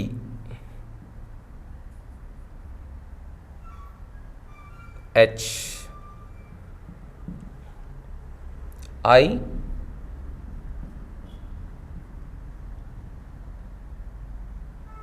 ஜி எதுவும் இல்லைன்னு ஐ. ரைட், அவ்வளோதான் பிள்ளை. ரைட், அவதான் சொல்லுங்க. இதான் எங்களோட மூவிங் மைக்ரோஸ்கோப். ரைட், இந்த மூவிங் மைக்ரோஸ்கோப்பினுடைய பாகங்கள் தான் எங்களோட முதலாவது கேள்வியாக இருக்குது. ரைட், நேரடியாக என்ன செய்வோம், இந்த கேள்விகளுக்குள்ளே போய்கொள்ளும் பிள்ளை. ரைட், அவதான் சொல்லுங்க, அவதான் சொல்லுங்க. ரைட், நகரும் நுணுக்கு காட்டியின் பகுதிகளை பெயரிடுக. சரி, நாங்கள் ஆரம்பிச்சுக்கொள்ளும். நகரும் நுணுக்கு காட்டியினுடைய பகுதிகள் அவதானிங்கோ ஏ என்று சொல்கிறது. ஏ என்று சொல்கிறது உங்களுக்கு தெரியும். இங்கே இருக்கக்கூடிய அமைப்பை இந்த நுணுக்கு காட்டின்னு சொல்லுவோம். இதை இங்கே இருக்கக்கூடிய அமைப்பு பிள்ளைகள் இந்த இருக்கிற திருகு தான், இதை நாங்கள் ரொட்டேட் பண்ணுறதால இங்கே இருக்கிற அமைப்பை நாங்கள் என்ன செய்யலாம் என்றால் மேலே கீழே உங்களால் என்ன செய்ய முடியும் பிள்ளைகள், அசைக்க முடியுமாக இருக்கும். அவதானிங்க, இதை நீங்கள் ரொட்டேட் பண்ணுறதால இந்த பகுதியங்களுக்கு அசைக்க முடியுமாக இருக்கும். இதை மாதிரி இவரை நீங்கள் ரொட்டேட் பண்ணுறதால பிள்ளைகள் இங்கே இருக்கக்கூடிய பகுதியை என்ன செய்யலாம், அசைக்கக்கூடிய மாதிரி இருக்கு. ஆகவே உங்களுக்கு பிள்ளைகள் எப்படி இருக்க போகுதுன்னு சொன்னால், இந்த இடத்துல ஒரு பிரதான அளவிடையும் ஒரு வேனியர் அளவிடையும், இந்த இடத்துல ஒரு பிரதான அளவிடையும் ஒரு வேனியர் அளவிடையும் உங்களுக்கு காணப்படும். அப்ப பிரதான அளவிடையும் வேனியர் அளவிடையும் எங்களுக்கு காணப்படுறதால இது வேனியர் தத்துவத்தில் வரப்போது. நாங்க வேனியர் எடுக்குமானியில் எப்படி வாசிப்படுத்தமோ அதே மாதிரி தான் இங்கேயும் என்ன செய்ய போறோம்னு சொன்ன பிள்ளைகள் வாசிப்புகளை எடுத்துக்கொள்ள போறோம். அப்ப இது பிரதான அளவிடை, இது எங்களுக்கு வேனியர் அளவிடை. ஸோ இந்த இடத்துல வேனியர் அளவிடை, இது வந்து பிரதான அளவிடை. இந்த மாதிரி தான் எங்களுக்கு காணப்பட போகுது. ரைட், ஓகே, ஆரம்பிச்சு கொள்வோம். அவதானிங்க, ஏ என்று சொல்றது பாருங்க பிள்ளைகள், ஏ என்று சொல்லக்கூடியது நிலை குத்து நுண் செப்பமாக்கி. இது வந்து இப்போ இதில் அமைப்புன்னு சொல்லுது. இப்போ நான் ஒரு மூவிங் மைக்ரோஸ்கோப் எடுத்தா இப்போ இந்த இடத்துல எனக்கு ஒரு நுணு காட்டி இருக்குன்னு எடுப்போமே. ரைட், நுணு காட்டி இங்கே இருக்குது, நான் இப்படி இருக்கிறேன்னு சொன்னால் என் தலைக்கு மேலே இருக்கக்கூடிய அந்த திருகு இருக்குது தானே, இந்த திருகை நீங்கள் சுழற்றினீங்கன்னு சொன்னால் பிள்ளைகள் நான் எப்படி அசைவேன்னு சொன்னால் இப்போ வந்து இதை மாதிரி நான் என்ன செய்வேன், நான் செஞ்சு கொள்வேன். சொல்ல விளங்குது? ரைட், இப்போ சைடில் இருக்கக்கூடிய திருகு கீழே காலுக்கிட்ட இருக்கக்கூடியதை அசைக்கணும்னு சொன்னால் இதை மாதிரி நான் என்ன செய்வேன், அசைச்சு கொள்வேன். அப்போ நான் என்ன செய்ய முடியும்னு சொன்னால் இங்கே இருக்க ஒரு மைக்ரோஸ்கோப் ஒரு புள்ளி மாதிரி கட் பண்ண பண்ணுங்க, இது ஒரு புள்ளி ஒரு டொட் மாதிரி கட் பண்ண பண்ணுங்க. ஸோ இவர் வந்து வையச்சு வழியையும் நகர்வாரு எக்ஸச்சு வழியையும் நகர்வார் என்று சொன்னால் ஒரு தளம் என்று சொல்றது என்ன, தளம். அவதானிங்கோ, ஒரு தளம் என்றது பிள்ளைகள் இது மாதிரியாக இருக்கக்கூடிய இது வையச்சு என்று எடுப்போம், இது எக்ஸச்சு என்று எடுப்போம். ஒரு தளம் என்றது பிள்ளைகள் இது மாதிரி இருக்க போகுது என்ன, ஒரு தளம், இது ஒரு தளம். அப்ப தளம் என்று சொல்றது எக்ஸ் எச்சுகள் ரெண்டை கொண்டிருக்க போகுது ஏதோ ஒரு இடத்துல. அப்போ ஒரு குறிப்பிட்ட தளத்தில் உங்களுக்கு என்ன செய்யலாம், எந்த புள்ளிக்கும் உங்களால் கொண்டு போக முடியுமா இருக்கும். அப்ப இந்த ரெண்டு நுண் செப்பமாக்கிகளையும் பயன்படுத்தி உங்களால் இங்கே இருக்கக்கூடிய மைக்ரோஸ்கோப்பை நீங்கள் நினைச்ச இடத்துக்கு என்ன செய்யலாம், ஒரு தளத்தின் வழியாக அசைக்க முடியுமா இருக்கு, தளத்தின் வழியாக அசைக்க முடியுமா இருக்கு. அது இந்த தளம் அப்போ நுணுக்காட்டி இப்படி இருக்குன்னு சொன்னால், இப்படி இருக்குன்னு சொன்னால், இதால் கண்ணால் பார்க்குறீங்க, அந்த பக்கம் தான் ரீடிங் எடுக்கிறீங்கன்னு சொன்னால் உங்களுக்கு இப்படியான எந்த ஒரு பொசிஷனுக்கு என்ன செய்யலாம், கொண்டு போய் கொள்ள முடியுமா இருக்கு. ஏன்னா இப்போ நுணுக்காட்டி எப்படி வச்சுட்டு இப்படி வச்சிங்கன்னு சொன்னால் இப்போ கவரப்பாகிறது இந்த தளம். இந்த தளத்தில் உங்களுக்கு இப்படி இருக்கிற தளத்தில் உங்களுக்கு எந்த இடத்துக்கு கண்டாலும் கொண்டு போகலாம். தளம் இப்படி இருக்குன்னு சொன்னால் இப்படி ஃபோக்கஸ் பண்ணிங்கன்னா இந்த தளத்தில் எந்த இடத்துக்கு உங்களுக்கு என்ன செய்யலாம், கொண்டு போகலாம். அதுதான் அதுக்கு பின்னுக்கு இருக்கிற விஷயம். அவ்வளோதான், வெரி சிம்பிள், ரைட்? ஓகே. ஏன்னு சொல்வது பிள்ளைகளை கொள்ளுங்க, நிலை குத்து நுண் செப்பமாக்கி, நிலை குத்து நுண் செப்பமாக்கி. ஏன்னு சொல்றது நிலை குத்து நுண் செப்பமாக்கி, ரைட்? பி என்று சொல்றது பிள்ளைகள், பி என்று சொல்றது உங்களுக்கு தெரியும், இது நுணுக்கு காட்டிய ஃபோக்கஸ் பண்றதுக்கு யூஸ் பண்ணக்கூடியது. நுணுக்கு காட்டியை குவியப்படுத்தும் திருகு, நுணுக்கு காட்டியை குவியப்படுத்தும் திருகு தெரியும் தானே. சரியா நாங்கள் ஒரு ஒரு ஒரு மைத்துளை குழாய்ன்ற ஃபோக்கஸ் பண்ண போகிறோம் மட்டும் அதை சரியாக ஃபோக்கஸ் பண்ணிக்கிறது. இந்த மைக்ரோஸ்கோப், இது நுணுக்காடி மைக்ரோஸ்கோப், இந்த மைக்ரோஸ்கோப்பை யூஸ் பண்ணி ஒழுங்காக ஃபோக்கஸ் பண்ண வேணும் என்ன பிள்ளைகள், சரியா எங்களோட குறுக்கு கம்பியில் பிம்பம் இருக்கிற மாதிரி சரியான செய்ய வேணும், ஃபோக்கஸ் பண்ணிக்கொள்ள வேணும். ஸோ அதுக்காகத்தான் இது ஃபோக்கஸ் பண்ணக்கூடியது. குவியப்படுத்தும் திருகு வெளியே கொள்ளுங்க, இது நுணுக்கு காட்டியை குவியப்படுத்தும் திருகு. பி என்று சொல்வது நுணுக்கு காட்டியை குவியப்படுத்தும் திருகு, ரைட்? அடுத்து பார்த்துக்கணும் சி, சி என்று சொல்றது. சி இதான் பிள்ளைகள் சி. சி என்று சொல்வது யார் என்று பார்த்தோம்னு சொன்னா பிள்ளைகள், இந்த கால்கள், ரெண்டு கால்கள் இருக்கும். இந்த கால்களில் பிரியோசனம் என்று சொன்னா பிள்ளைகள், இந்த தளமேடையை, இந்த மேடையை அல்லது தளமேடையை, இங்கே இருக்கக்கூடிய மேடை என்று சொல்லுவோம், ஸ்டேஜ் என்று சொல்லுவோம். இந்த தளமேடைய பிள்ளைகள் கிடையாக சரியாக சமமட்டமாக கிடைப்படுத்தக்கூடிய திருகாக இருக்க போகுது. அப்ப தளமேடையை கிடைப்படுத்தும் திருகண்டும் சொல்ல முடியும், தளமேடையை தளமாக்கக்கூடிய திருகு, அதாவது மேடையை தளமாக்கும் மட்டப்படுத்தும் திருகு, தளமேடையை மட்டப்படுத்தும் திருகண்டு சொல்லலாம். அல்லது கால்கள் என்று சொல்லலாம். கால்களை விட நான் சொல்லக்கூடிய ஆன்சர் பெட்டராக வெளியே கொள்ளுங்க.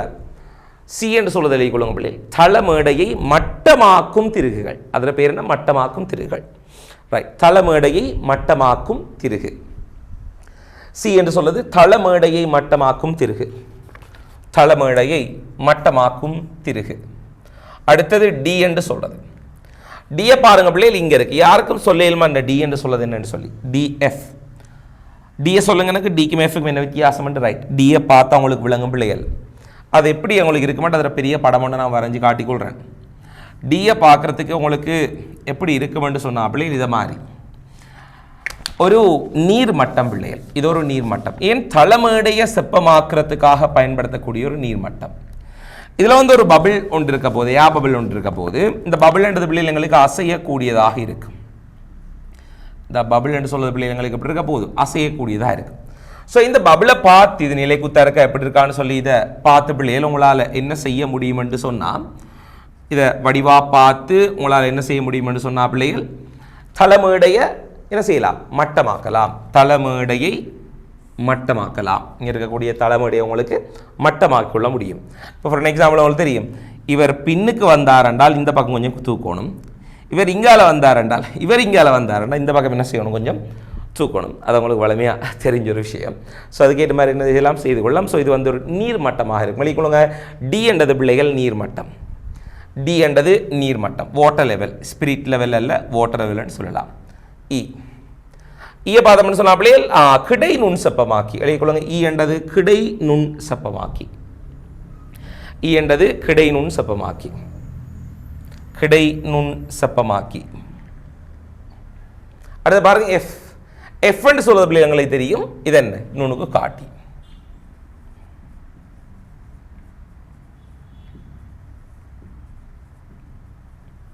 எஃப் என்றது நுணுக்கு காட்டியாக இருக்கும். அடுத்தது ஜி. ஜி என்றது மேடை அல்லது தளமேடை, எல்லாமே ஒன்று தான், மேடை என்று போடப்படும். ஜி என்று சொல்றது ஜி, மேடை. ஜி என்றது மேடையாக இருக்கு. அடுத்தது எச்ச பாருங்க பிள்ளைகள், எச் என்று சொல்றது. இந்த எச்என்ட்டு சொல்கிறது பிள்ளைகள் ஒரு லிவர்ண்டா என்ன நெம்புகோல்ல நாங்கள் பயன்படுத்துகிற அந்த லிவர் மாதிரி உண்டு தான் லிவர்ண்டு சொல்லுவோம். இங்கே இருக்குது ஹெச். ஸோ இந்த லிவர்ண்டு சொல்கிறது எப்படி எங்களுக்கு இருக்குமென்னு சொன்னால் பிள்ளைகள் அது உங்களுக்கு நீங்கள் சில லேத் மெஷின்ஸ்லேயோ அல்லது இந்த ஜி கிளாம்ப்னு சொல்லி ஒன்று இருக்குது தெரியுமா? ஜி கிளாம்ப்னு சொல்கிறது மேசைகளில் பொருத்தி இருக்கும். அப்படின்டா இது மாதிரி இருக்கும். இப்போ ஒரு மேசையில் கிளாம்ப் கொண்டு போட்டிருப்பாங்க பிள்ளைகள், இப்படி இருக்கும்.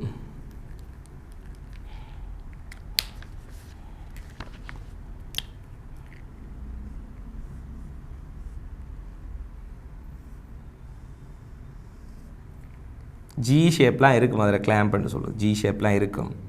பார்க்குறதுக்கு இப்படி ஒரு ஷேப்பில் எங்களுக்கு இருக்கும். இப்படியும் இருக்கும், கிடையாவும் இருக்கும். அது ஒவ்வொரு ஷேப்பில் எங்களுக்கு இருக்கும். அப்படி ஒரு இதெல்லாம் இருக்க போகுது. இதில் பல்லு போல் இருக்கும், இதுலேயும் பல்லு போல் இருக்கும். இவங்க ரெண்டு பேருக்கும் இடையில் வந்து என்ன செய்யும், ஏதாவது ஒரு பொருளை நாங்கள் வச்சுட்டு நசுக்கிறதுக்கு அது மாதிரி அந்த தேவைகளுக்கு யூஸ் பண்ணுவோம். ஸோ இதில் வந்து இப்படி இருக்கும். இப்போ இதில் வந்து பிள்ளைகள் இந்த இடத்துல ஒரு செட்டப் ஒன்று இருக்கும். இப்படி வச்சு இதில் ஒரு லிவர் ஒன்று போட்டிருப்பாங்க. நீங்கள் கண்டிருப்பீங்க இந்த கடைகள், இந்த லேத் ஷாப் அல்லது கொல்லன் கம்மாலை அதுகளுக்கு போயிருந்தால் கண்டிருப்பீங்க. ஸோ இது மாதிரி ஒரு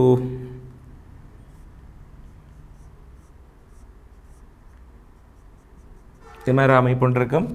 இதை என்ன செய்யலாம், இப்படி இது மாதிரி ரொட்டேட் பண்ணுற நேரம் இவரோட ஃபிக்ஸ் பண்ணிக்கொள்ளேல் மாதிரி இருக்கும் எங்களுக்கு ஏன்னா.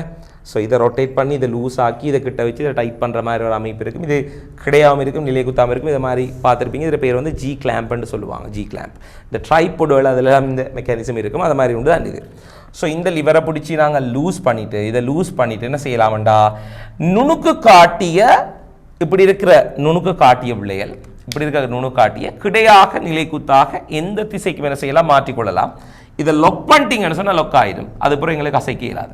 இப்படி வச்சு லொக் பண்ணால் இந்த பக்கம் லொக் ஆகிடும், இந்த பக்கம் வச்சு லொக் பண்ணால் இந்த பக்கம் எங்களுக்கு லொக் ஆகிடும். ஸோ இது வந்து லொக் பண்ணக்கூடியது. அப்போ நுணுக்கு காட்டியை கிடைநிலை குத்து திசைகளில் நிலைப்படுத்துவதற்கு உதவக்கூடிய ஒரு திருகாக எங்களுக்கு என்ன செய்ய போகுது பிள்ளைகள், இது எங்களுக்கு இருக்க போகுது. எழுதி கொள்ளுங்க ஆன்சர் எழுதி கொள்ளுங்க பிள்ளைகள். நுணுக்கு காட்டியை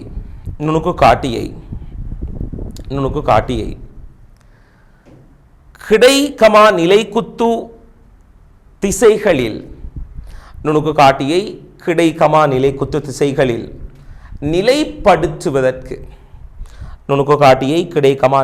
திசைகளில் நிலைப்படுத்துவதற்கு உதவும் திருகு.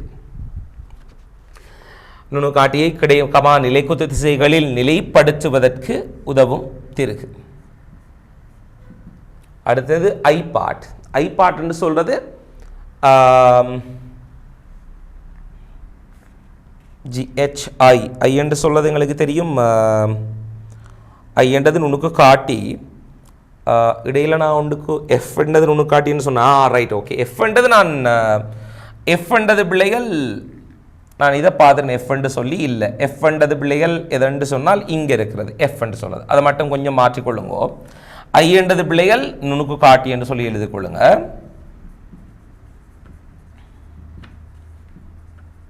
ஐ என்றது நுணுக்கு காட்டி. இந்த எஃப் என்று சொல்லக்கூடியது யார் என்று சொன்னால் இங்கே இருக்கிறார். என்ன ரைட். எஃப் என்று சொல்லவர் எதுக்காக பயன்படுத்துவார் என்று சொன்னால் பிள்ளைகள் எங்கட இந்த நிலைக்குத்தா இருக்கக்கூடிய நிலைக்குத்து அளவிடை இருக்குதானே, இந்த நிலைக்குத்து அளவுடைய இந்த நிலைக்குத்து இப்போ மைக்ரோஸ்கோப்பை வச்சு கொண்டு வந்து அப்படி வரும் எங்களுக்கு. நிலைக்குத்து அளவுடைய கிடையா எங்களுக்கு மூவ் ஆகாத மாதிரி நிலைக்குத்து அளவுடைய இருக்குதானே, அதை கிடையாக மூவ் ஆகாத மாதிரி கிழிக்கிறது திருக நாங்கள் டைப் பண்ணி விட்டோம் என்றால் அந்த இடத்துல இருப்பார். அப்போ அந்த இடத்துல நிலைக்குத்து அளவுடைய இருந்தார் என்றால் எங்களோட இவரை வந்து என்ன செய்யலாம், ஸ்ட்ரைட் அப்படி மேலே கீழே இதை பயன்படுத்தி மேலே கீழே மட்டும் அட்ஜஸ்ட் பண்ணலாம். சைட் அசைக்கலாமா ஏலா ஏனண்டா இதை நீங்கள் லாக் பண்ணி வச்சுருக்கீங்க. வாசிப்படுக்கிற நேரம் இந்த பூட்டை நீங்கள் என்ன செய்ய வேணும் என்றால் பூட்டை வேணும். இதில் பேரண்டது பூட்டு அல்லது சிறுகண்டு சொல்ல முடியும். திருகிரமா இருக்கிறதா எல்லாத்தையும் சிறுகண்டு சொல்லி இல்லை, ஏன்னா பூட்டுன்னு சொல்லுவோம், லக் பூட்டு சரியோ ரைட். அல்லது திருகண்ணும் எழுதி கொள்ள முடியும், பிரச்சனை ஒன்று இல்லை ரைட். நாங்கள் இதை கொஞ்சம் தெளிவாக எழுதி கொள்வோம். எஃப்ன்றது எழுதி கொள்ளையல். எஃப்ன்றது என்னென்னு சொல்லி எழுதி கொள்ளுங்க. எஃப்ன்றது என்னென்னு சொல்லி எழுதி கொள்ளுங்க பாப். எஃப்ன்றது பிள்ளைகள் என்று சொன்னால் எஃப் என்றது நிலைக்குத்து அளவிடையை நிலைப்படுத்தும் திருகு. சும்மா திருகு எழுதுறல, நிலைக்குத்து அளவிடையை நிலைப்படுத்தும் திருகு. நிலைக்குத்து அளவிடையை நிலைப்படுத்தும் திருகு. நிலைக்குத்து அளவிடையை நிலைப்படுத்தும் திருகு. Right, okay. ஸோ அடுத்ததுக்கு நாங்கள் போய்க்கொள்வோம் பிள்ளைகள். இரண்டாவது கேள்வி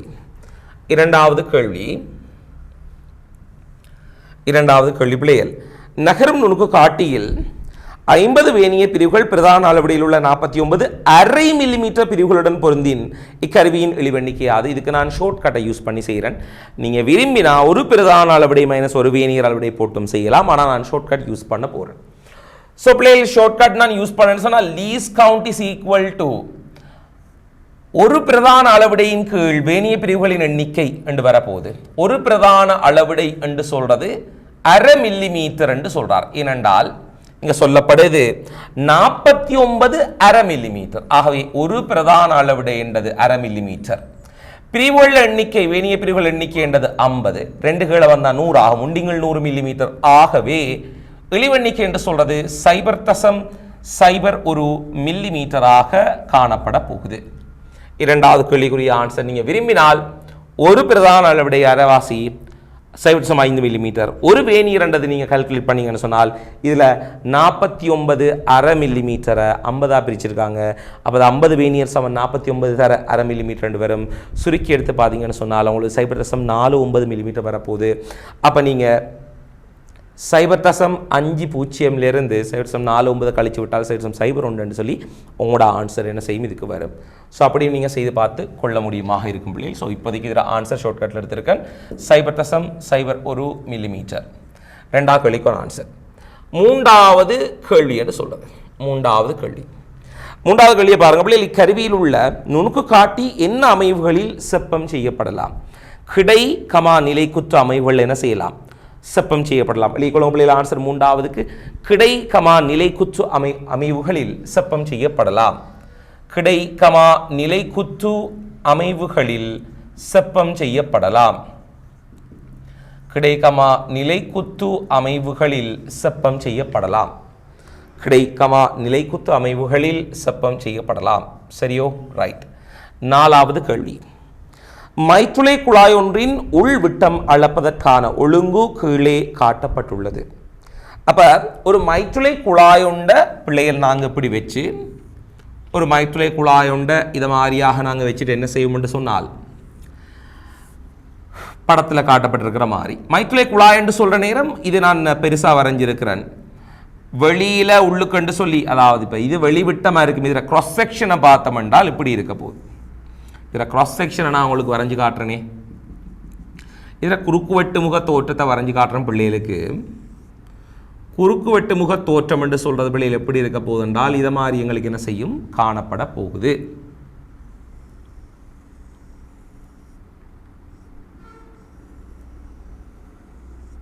இது மாதிரி எங்களுக்கு காணப்பட போகுது. கிராஸ் செக்ஷன் சொல்றது விளங்குதோ? விளங்குகளோ? இதில் கிராஸ் சைடில் பார்த்தா எப்படி விளங்கும்னு வரைஞ்சிருக்கோம், அவ்வளோதான், வேற ஒன்றும் இல்லை. சரி, இப்போ இதை பயன்படுத்தி நாங்கள் எப்படி நாம் அளவீடு எடுக்க போகிறோம் என்று சொன்னால் ரைட், ஓகே. இப்போ அதில் கேட்குறாரு என்றால் அதில் மைத்துளை குழாய் என்ற குறுக்குவெட்டு முகம் என்ற அந்த படத்தில் இருந்திருக்கு. பாரும், இங்கே ஒரு படம் ஒன்று இருக்குது தானே பிள்ளைகள். ஸோ இந்த படத்தில் அதில் என்ன செய்யப்பட்டிருக்கு? அது வடிவாக எங்களுக்கு தரப்பட்டிருக்கு. சரி, ஏபிசி இந்த படங்கள், ஏபிசி இந்த குறியீடுகள் குறிச்சிருக்கு. முதலாவது, மைத்துளை குழாய் ஒன்றின் உள்விட்டம் அளப்பதற்கான ஒழுங்குகளே தரப்பட்டது. நுணுக்கு காட்டி தொடர்பான உமது செப்பம் செய்கையாது. இது எங்களுக்கு எந்த இடத்துல வந்தால் மிக தெளிவாக எங்களுக்கு படித்து கொள்ள முடியும்னு சொன்னால், நுணுக்கு காட்டி இந்த செப்பம் செய்கை என்று சொல்கிறது இந்த லைட்டில் நாங்கள் லைக்கோபோடியம் தூள் அல்லது சுண்ணாம்பு தூள், சோக் தூள் ஏதாவது ஒன்றை பயன்படுத்தி இந்த முறிவு சுட்டியை துணியக்கூடிய பரிசோன் ஒன்று இருக்குது. அதோட திரிசியமானியில் ஒரு செப்பம் செய்ய ஒன்று எங்களுக்கு இருக்குது. இந்த இடத்துல செப்பம் செய்ய கேட்குறாரு. இது எங்களுக்கு இந்த இடத்துல படிக்கிறத விட லைட்டில் எங்களுக்கு ஒருக்கா இதை பற்றி தெளிவாக நான் என்ன செய்வேன் பேசிக்கொள்வேன். அப்போ இந்த நாலாவது கேள்வியில் ஏபி பாட் என்று சொல்லக்கூடியதுக்கு நான் கொஞ்சம் பிறகு உங்களுக்குரிய விளக்கத்தை அந்த பகுதி படிக்கிற நேரம் சொல்லிக்கொள்ளும். எழுதிக்கொள்ளுங்க. லைட்டில் நாங்கள் படிச்சுக்கொள்ளும் சொல்லி எழுதிக்கொள்ளும். லைட் ரிவிஷனில் செய்து கொள்ளும்னு சொல்லி போட்டுக்கொள்ள நோட்டோடு போட்டுக்கொள்ளும் இன்னொரு நோட் ரைட் ஓகே ஸோ அதை வந்து நாங்கள் லைட் ரிவிஷனில் பார்த்துக்கொள்ளும் மிக தெளிவாக பார்த்துக்கொள்ளும் இன்னொன்று காட்டி சப்போச்சு ரைட்ஸ் அவதான் சொல்லுவோம்.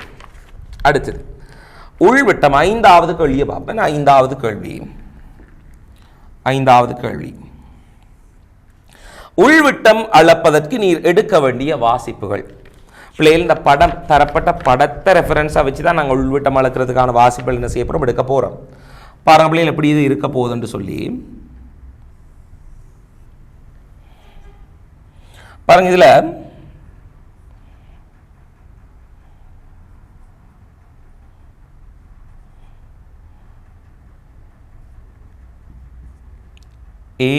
ABCD EFGH பாருங்க. இது மாதிரியாக எங்களுக்கு ஒரு சில குறியீடுகள் வந்து எங்களுக்கு தரப்பட்டிருக்கிறது இந்த இடத்துல.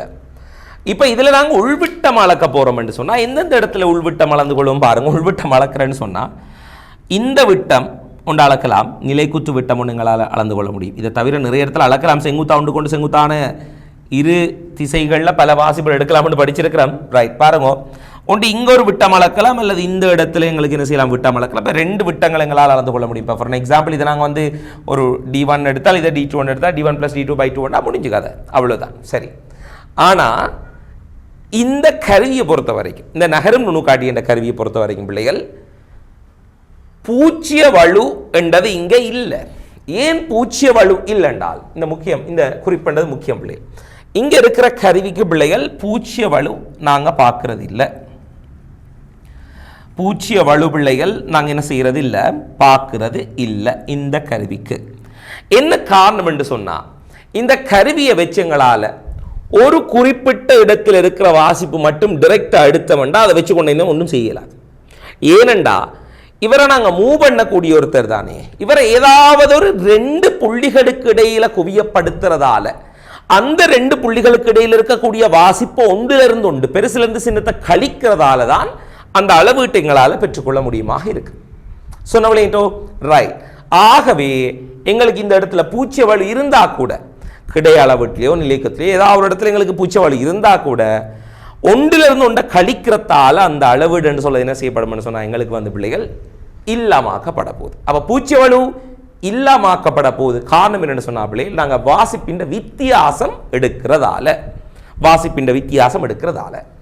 பிள்ளைகள் இப்போ இங்கே நாங்கள் உள்விட்டம் அளக்கிறதுக்கு எங்கெங்கே வாசிப்பு எடுக்கணும்னா ஒன்று இங்கே பாருங்க ஏயில் ஒரு வாசிப்பு எடுக்க வேணும். அது D1 என்று எடுப்போம். இங்கே ஃபோக்கஸ் பண்ணி ஒரு ரீடிங் எடுப்போம். இந்த இடத்துல ஃபோக்கஸ் பண்ணி ஒரு ரீடிங் எடுப்போம். இது D2 என்று எடுப்போம். இந்த இடத்துல ஃபோக்கஸ் பண்ணி ஒரு ரீடிங் எடுப்போம். D3 என்று போடுவோம். இந்த இடத்துல ஃபோக்கஸ் பண்ணி ஒரு ரீடிங் எடுப்போம். D4 என்று எடுப்போம். அப்போ எங்களுக்கு AB இடையில் இருக்கிற வாசிப்பு வித்தியாசம் என்று சொல்லுது D2 - D1. இந்த D2 - D1 என்றுதான் இந்த விட்டமாக இருக்கு. அப்போ D2 - D1 தான் இந்த இடத்துல இருக்கக்கூடிய விட்டம் ரைட். இங்கே பாருங்க அப்போ இந்த 2 புள்ளிகளுக்கு இடையில் இருக்கிற வாசிப்பு எடுத்தால் இப்போ இது D4 எடுத்தால் D3 எடுத்தால் D4 - D3 தான் பிள்ளைகள் இந்த 2 புள்ளிகளுக்கு இடையில் இருக்கிற வாசிப்பு. அப்போ D4 - D3 ரைட்.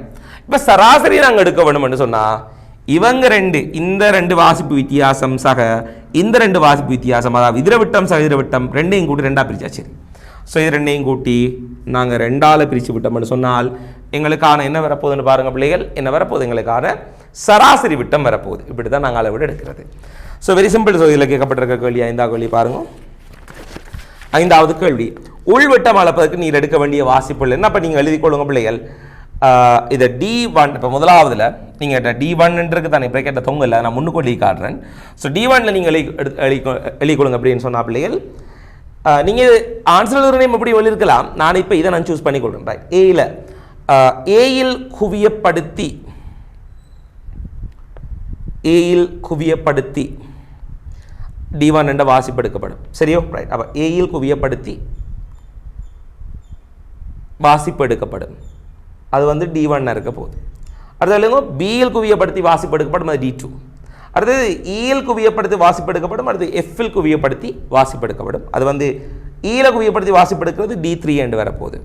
அப்போ எழுதிக்கொள்ளுங்க D3 என்றதில் அந்த கோட்டில் எழுதிக்கொள்ளுங்க அப்படின்னு சொன்னால் ஈயில் குவியப்படுத்தி வாசிப்பெடுக்கப்படும். அடுத்தது D4 எழுதிக்கொள்ளுங்க Fல் குவியப்படுத்தி வாசிப்பெடுக்கப்படும். 6வது கேள்வி, உள்விட்டத்துக்கான திருத்தமான பெருமானம் ஒன்றை D1 D2 D3 D4 சார்பில் பெறுக என்று சொல்றார். இதுதான் உள்விட்டத்துக்கான திருத்தமான பெருமானம். சரியோ? அப்போ உள்விட்டத்துக்கான திருத்தமான பெருமானம் பிள்ளைகள் 6வது கேள்விக்குரிய ஆன்சர். நான் கொஞ்சம் வேகமாக இருந்தால் நீங்கள் என்ன செய்யுங்க என்றால் வீடியோ பவுஸ் பண்ணி நீட்டலை கொள்ளும். சரியா? ரைட். ஓகே, அடுத்தது 7வது கேள்வி பிள்ளை. 7வது, இங்கு குழாயின் உள்விட்டம் குழாயின் ஒரு முனையிலேயே அளக்கப்படுகின்றது. இக்குழாயின் உள்விட்டம் குழாயின் நீளம் முழுவதும் சீராக உள்ளது என எவ்வாறு அறிவீர் என்று கேட்கிறார் பிள்ளைகள். ரைட். ஓகே, ஸோ இந்த முறை நான் இப்போ சொல்லித்தரக்கூடிய முறை என்றது ஒரு பழைய முறையாக இருந்தாலும் கூட உங்களுக்கு இந்த முறை என்றது தெரிஞ்சிருக்க வேணும். ஏனென்று சொன்னால் நார்மலாக வந்து இப்போ நிறைய இடங்களில் இப்போ பாஸ் பேப்பர்ஸில் இரசம் பயன்படுத்துகிற ப்ராக்டிக்கலை நீக்கியிருக்கிறான். இரசம் பயன்படுத்துகிற ப்ராக்டிக்கல் நீக்கியிருக்கேன் எல்லாருக்குமே தெரியும். சின்ன பிள்ளையை கூட, ஏன்னா சின்ன பிள்ளைன்னு சொல்கிறது இப்போ ஈவன் புதுசாக வந்த பிள்ளையை கூட நாங்கள் சொல்கிற விஷயம் தான் கிளாஸில், அது ஒரு பெரிய மேஜிக் ஒன்றும் இல்லை. சரியோ? ரைட். இரசம் பயன்படுத்துகிற ப்ராக்டிக்கல் நீக்கியிருக்கேன்னு எங்களுக்கு தெரியும். 2000 லாஸ்ட்டாக 1920 எங்களுக்கு என்ன செஞ்சுருக்கு, நீக்கி இருக்குது. இப்போ இரசம் பயன்படுத்துகிற ப்ராக்டிக்கல் நீக்கினதுன்றதுக்காக அதை மொத்தமாக படிக்காமல் விட்டுட்டு போகிறல, தெரிஞ்சிருக்கணும் ஐடியா. ப்ராக்டிக்கல் தான் நீக்கிருக்கு தம்பி, MCQவில் அந்த ஐடியாவில் இரசத்துக்கு பதிலாக வேறு ஏதாவது திருவத்தை போட்டு கேள்வி முடிச்சுடுவான். அதை ப்ராக்டிக்கல் என்று சொல்லுது. இப்போ ரோசா சார் எங்களுக்கு டிஸ்கஷன் ஒன்றில் சொல்கிற நேரம் டீச்சர்ஸுக்கு அவர் என்ன சொல்கிறாருண்டா, ப்ரொஃபஸர் ரோசா SRD ரோசா சார் தெரியுதானே? ரைட். அவர் என்ன சொல்கிறாருன்னு சொன்னால் பிள்ளைகள் சார் வந்து பிள்ளைகளுக்கு இந்த ப்ராக்டிக்கல் என்று சொல்லுறது நீக்கி இருக்கே தவிர இந்த கான்செப்ட்ன்றது ஃபிசிக்ஸில் இல்லைண்டு இல்லை, ஃபிசிக்ஸில் இருக்குது. இப்போ எங்களுக்கு இந்த குவில் குழாயை பயன்படுத்தி வளிமண்டல அமுக்கம் சொன்னிறது அது எங்களுக்கு நீக்கி இருக்குன்னு தெரியும். இல்லை வெப்ப கடத்தார துணியக்கூடிய பரிசோதனை எங்களுக்கு நீக்கி இருக்குன்னு தெரியும். வெப்ப கடத்தார துணியக்கூடிய பரிசோதனை அப்படி தராமல் வேறொரு முறையில் எங்களுக்கு தரப்பட்டால் அது செய்கிறதுக்கு எங்களுக்கு கட்டாயம் தெரிஞ்சிருக்க வேணும். அந்த ஐடியான்றது உங்களுக்கு தெரியணும் பிள்ளை. ஸோ அது எங்களுக்கு எப்படியும் என்ன செய்யலாம் வரலாம். இப்போ ஃபார் எக்ஸாம்பிள் ஒரு எஸ்ஏ ஐடியாவில் கூட அந்த விஷயம்ன்றது வரலாம். ஸோ அதுக்காகத்தான் பிள்ளைகளுக்கு அந்த ஐடியாவை எடுக்கிறதுக்காகத்தான் நான் படிப்பிக்கிறதே ஒழிய மற்றபடி இதெல்லாம் நீக்கி இருக்குது இது நீக்கி இருக்குன்ட்டு சண்டை பிடிக்கிறதுக்கு. இந்த இடத்துல ஃபிசிக்ஸில் சிலவங்க வந்து என்ன செய்கிறாண்டால் டீச்சர்ஸ் மாதிரி தான் கடும் மோசமான வேலைகளை கொஞ்சம் பார்க்குறேன்னு சொன்னால் ஒருத்தர் ஏதாவது ஒன்றை படிப்பிச்சிருந்தால் அதை இன்னொருத்தர் படிப்பிக்கலைன்னு சொன்னால் பாருங்க, இல்லை ரிசர்ச் புக்கில் ஒருத்தர் இல்லாத ஒன்றை படிப்பிச்சால் அல்லது இருந்து நீக்கி ஒன்றை படிப்பிச்சால் சொல்லுவாங்க அப்படின்னு சொன்னால் என்னது சிலபஸ் இல்லாத படிப்பிக்காருன்னு சொல்லி விமர்சிக்க வேண்டிய அவசியம் உண்டு இல்லை. ஏனண்டா அதை படிப்பிக்கிறதால அந்த பிள்ளைக்கு இன்னும் தெளிவு கிடைக்குதுன்னு சொன்னால் அது நல்ல. ஃபிசிக்ஸில் ஒரு விஷயம் நீக்கி இருக்கின்றதுக்காக அதை மொத்தமாக நாங்கள் எடுத்து இல்லாமாக்க வேணும், அதை ஒழிக்க வேணும் என்று சொல்லி எந்த வித சட்டமும் எங்களுக்கு இல்லை. ஸோ புத்தி இருக்கிற பிள்ளைக்கு எந்த விஷயத்தை சொன்னாலும் இலகுவாக புரிஞ்சு கொள்ளக்கூடிய தன்மை இருக்குது. நான் இப்போ ப்ராக்டிகல்ஸில் நான் செய்கிற நேரம் பிள்ளைகளுக்கு வந்து இந்த சிலபஸில் எங்களுக்கு நீக்கி இருக்கக்கூடிய ப்ராக்டிகல்ஸில் இருக்கிற ஐடியாவை சொல்லிக் கொடுக்குறது. இப்போ டக்குன்ட்டு சில பிள்ளைகள் வந்து கேட்பாங்க அப்படின்னா, சார் வந்து நீங்கள் சிலபஸில் நீக்கி இருக்கிற ப்ராக்டிக்கலை பற்றி கதைக்கிறீங்களே அப்படின்னு சொல்லிக்கணும். வேறு வேறு ஆக்களுக்கு நான் கதைச்சிட்டு அல்லது பிள்ளை போய் அப்படி இப்படின்னு சொல்லிட்டு கொண்டு இப்போ அவர் சார் சொல்லிப்பாங்க நீக்கி இருக்க. சிரிப்பு தான் வருது எனக்கு. ஏன் சிரிப்பு வரது இதை பார்த்து? ஏன்னா இது ஒரு சும்மா இந்த சின்ன பிள்ளைகள் சண்டை பிடிக்கிறதே மாதிரி அது மாதிரி ஒரு கொஞ்சம் தள்ளிண்டு விளையாடுங்கன்னு சொல்ல கேஸ் தான் இது. ஏனண்டா இது முதலாவது இப்போ நான் சிலபஸில் ஒரு 40 ப்ராக்டிக்கல் இருக்கேன்டா, ஒரு 4 நீக்கி இருக்கு 36 ப்ராக்டிக்கல் தானே. அப்போ அவங்க எப்படி யோசிக்கிறாங்கன்னா அந்த 36 ப்ராக்டிக்கல் லேசி 40ன்றது சுமை என்று யோசிக்கிறாங்க. மேலே அது மாதிரி இல்லை, சுமை இல்லை. ப்ராக்டிக்கலாக ஃபிசிக்ஸை படித்து விளங்கி எடுத்த பிள்ளைக்கு இன்னும் தேட்டம் ஒன்று இருக்கும். அதை அறிஞ்சு கொள்வது எந்த அளவுக்கு பிரயோசனமாக இருக்கும் வேறு விடயங்கள்னு சொன்னால் திருப்பியும் அதைத்தான் நான் உங்கள்கிட்ட சொல்கிறேன். நீங்கள் ஒரு விஷயத்தில் நான் உங்களுக்கு சொல்லித்தரக்கூடிய ஐடியா, ஒரு விஷயத்தில் நான் சொல்லித்தரக்கூடிய விஷயம் என்று சொல்கிறது உங்களுக்கு பிள்ளைகள் இன்னொரு இடத்துல அப்ளை ஆகும். அது மாதிரி தான் கிறிஸ்டல் கிளியராக தெளிவாக விளங்கப்படுத்திக் கொள்வேன். அதுக்காக நாங்கள் வரையறது விட்டு வெளியில் போகிறதும் இல்லை, இருக்கிறத வடிவாக சொல்லி படிப்பிக்கிறேன். இது இருக்குது இது இல்லை எல்லாத்தையும் தெளிவாக சொல்லி படிப்பேன். இப்போ நான் சொல்ல போகிறேன் அதை பற்றி. என்னென்னு சொன்னால் இந்த இடத்துல எங்களுக்கு என்ன செய்கிறாங்கன்னு சொன்னால் பிள்ளைகள் அவதானிங்கோ, ஒரு மைத்துளை குழாய் ஒன்று எங்களுக்கு தரப்பட்டிருக்குது. இந்த மைத்துளை குழாயில் இப்போ நீங்கள் இப்போ விட்டம் அளக்கிற நேரம் மைத்துளை குழாய் உள்ளுக்கு எங்களுக்கு சீராக இருக்குதா இல்லையான்னு சொல்லி எப்படி பார்க்க போகிறீங்கன்னா உள்விட்டத்தை அளந்து தான் என்ன செய்ய போகிறீங்க பார்க்க போகிறீங்க. இப்போ மைத்துளைக்குள்ளான டீச்சர் தந்திருக்கார், இதில் விட்டம் உள்விட்டம் எப்படி இருக்கான்னு சரி அளந்து சொல்லும் கொண்டு கேட்குறாரு. அப்போ இந்த இடத்துல நீங்கள் உள்விட்டு தான் அளக்குறீங்கன்னு எடுப்பே ரைட். ஏன்னா இங்கே தானே அளக்கலாம் இல்லை, இந்த இடத்துல உங்களுக்கு தலைமில்லை அளக்கிறதுக்கு கண்ணாடி தானே இருக்கு உள்ளுக்கு, இந்த பக்கம் ஓப்பன் இருக்குது, ஓப்பன் பக்கம் தான் அளக்கலாம். அப்போ அளக்குறீங்க, இங்கே ஒரு விட்டம் வருது, விட்டத்தில் பிரமாணம் மட்டும் வருது, நீங்கள் என்ன சரிங்க சொல்லிட்டு சொல்கிறீங்க, ஓகே முடிஞ்சு கதை. ஆனால் இப்போ என்ன நடக்குதுன்னு சொன்னால் உள்ளுக்கு இப்படி இல்லை குழாய், உள்ளுக்கு இடக்கு முடக்கா இருக்கான்னு எடுப்போம், இப்படி இருக்கு. அல்லது உள்ளுக்கு இருக்கிற குழாய் என்று சொல்கிறது இப்படியான ஒரு ஷேப் விளங்குது. உள்ளுக்கு இருக்கிற மைத்துளை குழாயின்ற விட்டம் என்று சொல்கிறது குறைஞ்சு கூடுது இப்படியே ஒரு ஷேப்பில் இருக்குன்னு. அதாவது சின்ன ஒரு அளவில் படத்தில் பெருசாக இருக்கும், கண்ணுக்கு பாக்கியலாத அளவுக்கு ஒரு சின்ன ஸ்லோப் இருக்குன்னு எடுப்போம். அதாவது சீரற்ற விட்டம் உள்ளுக்கு காணப்படுதுன்னு எடுப்போம் ரைட். அப்போ நீங்கள் அளந்த இங்கே, ஆனால் உள்ளுக்கு எங்களுக்கு சீரற்ற இருக்குது, இதை எப்படி செக் பண்ணி கொள்கிற? இதுக்காக தான் நாங்கள் என்ன செய்கிறாங்கன்னு சொன்னால் இரசத்தை பயன்படுத்துகிறாங்க. நாங்கள் என்ன செய்யலாம்னு சொன்னால் இரசத்தை உள்ளுக்கு இந்த மைத்துளை குழாய்க்குள்ளே என்ன செய்ய வேணும், புகுத்த வேணும். சிரிஞ்சொண்டை பயன்படுத்தி அல்லது மைனஸ் ப்ரெஷர், அந்த என்ன சொல்கிறது நெகட்டிவ் ப்ரெஷர், அதை யூஸ் பண்ணி செய்யலாம். நிறைய முறையில் இருக்குது, நான் சும்மா சொல்கிறேன், உங்களுக்கு விளங்குற மாதிரி சொல்கிறேன். நீங்கள் என்ன செய்யணும், புகுத்துறதை மட்டும் எடுத்துக்கொள்ளுங்க ரைட். ஓகே, உள்ளுக்கு பிள்ளைகள் இந்த மைத்துளை குழாய் இருக்குது தான், இந்த மைத்துளை குழாய்க்குள்ளுக்கு இரசம் இருக்குது தானே, மேற்குறி. இரசத்தை நீங்கள் என்ன செய்கிறேன்னு சொன்னால் பிள்ளைகள் உள்ளுக்கு புகுத்தி கொள்வது. உள்ளுக்கு இரசத்தை புகுத்தினீங்கன்னு சொன்னால் இரசம் இப்படி இருக்குந்தானே எங்களுக்கு ரைட். ஓகே, இரசம் என்ன செய்ய போகுது, இப்படி எங்களுக்கு இருக்க போகுது. அப்போ நீங்கள் திருப்பி நகரம் நுணுக்காட்டியை பயன்படுத்தி என்ன செய்யலாம் என்று சொன்னால் பிள்ளைகள் இந்த இரசம் இருக்கக்கூடிய இந்த பகுதியின் நீளத்தை என்ன செய்யலாம், உங்களால் அளந்து கொள்ள முடியும். இந்த நீளம் இருக்குது தானே, எல்லாம் நீங்கள் என்ன செய்யலாம், அளந்து கொள்ள முடியுமாக இருக்கும். இப்போ இது வந்து குழாய் பெருசாக இருக்கும், இது வந்து ஒரு சின்னொரு இரச இலையை விட்டுருக்கீங்க. இவர பேர் என்னென்னு சொன்னால் பிள்ளைகள் இரச இலை, இரச இலை என்று சொல்லுவாங்க. சரியோ, இரச இலை, இரச இலையாக இருக்க போகுது. அப்போ இங்கே இருக்கக்கூடிய இரச இலையின் நீளம் என்று சொல்றது எல்லாக இருக்கும் என்று எடுப்போம்.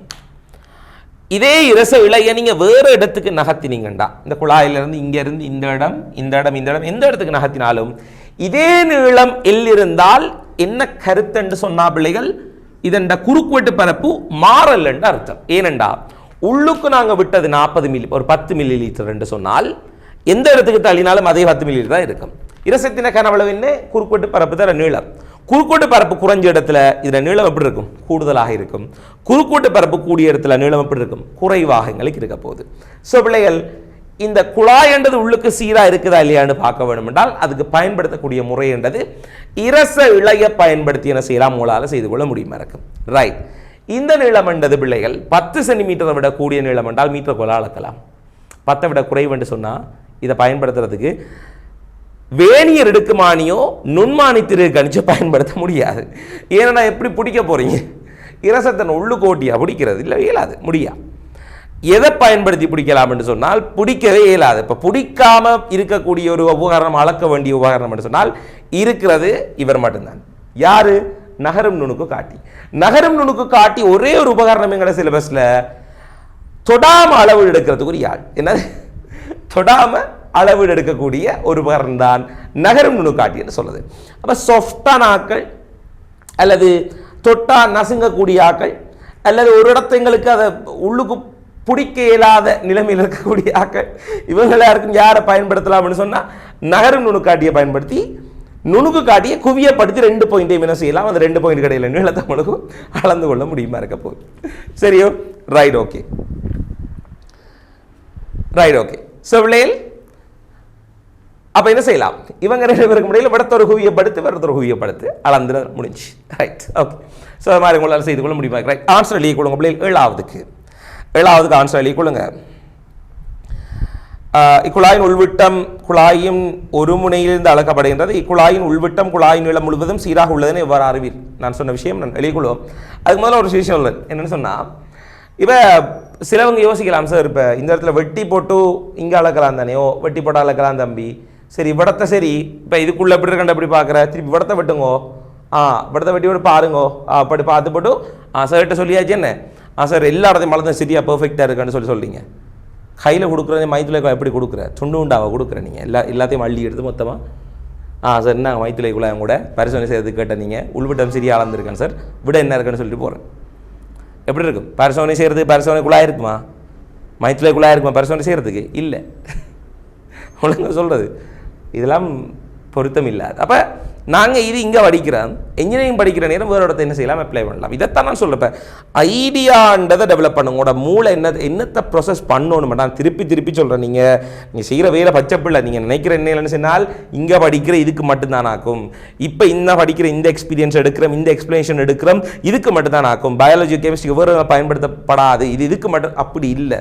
நம்மளோட மூளை அந்த திங்கிங் ப்ராசஸ்ன்றது நம்மளோட இந்த இடத்துல எடுக்கக்கூடிய எக்ஸ்பீரியன்ஸ்ன்றது வேறொரு இடத்துல பயாலஜியில் கூட அப்ளை ஆகலாம். அப்படி உங்களுக்கு யூனிவர்சிட்டியில் அப்ளை ஆகலாம், வேறு எம்சிக்யூ சேர்னே அப்ளை ஆகலாம். ஸோ அந்த எக்ஸ்பீரியன்ஸை எந்த அளவுக்கு ஒரு டீச்சர் பிள்ளைகளுக்கு எடுத்து கொடுக்காரு அந்த அளவுக்கு அந்த நாலேஜ், அந்த ஐடியா இம்ப்ரூவ் ஆகும்.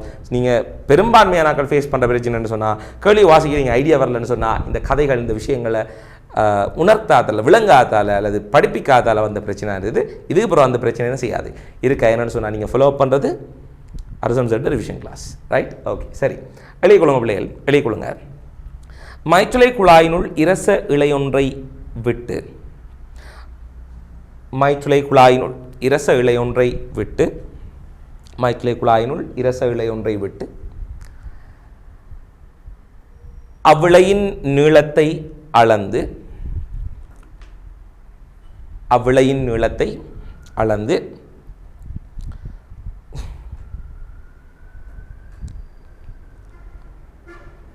அவ்விழை நீளத்தை அளந்து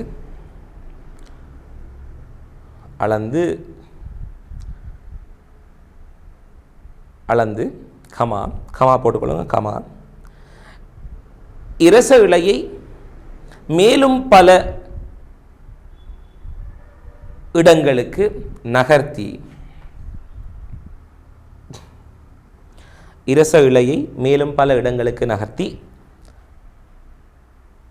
அவ்விழையின் நீளத்தை அளப்பதிலிருந்து, அவ்விழையின் நீளத்தை அளப்பதிலிருந்து அளப்பதிலிருந்து அளப்பதிலிருந்து அளப்பதிலிருந்து என்று சொல்லி எடுத்தால் போதும். இன்னும் தெளிவான விளக்கம் தேவைண்டா தொடர்ச்சி எழுதிக்கொள்ளுங்க. இதை நான் சொல்கிறத ப்ராக்கெட்டில் எழுதிக்கொள்ளுங்க, ப்ராக்கெட்டில் எழுதிக்கொள்ளுங்க. அளப்பதிலிருந்து ப்ராக்கெட்டை போட்டு எழுதிக்கொள்ளுங்கன்னு சொல்லத.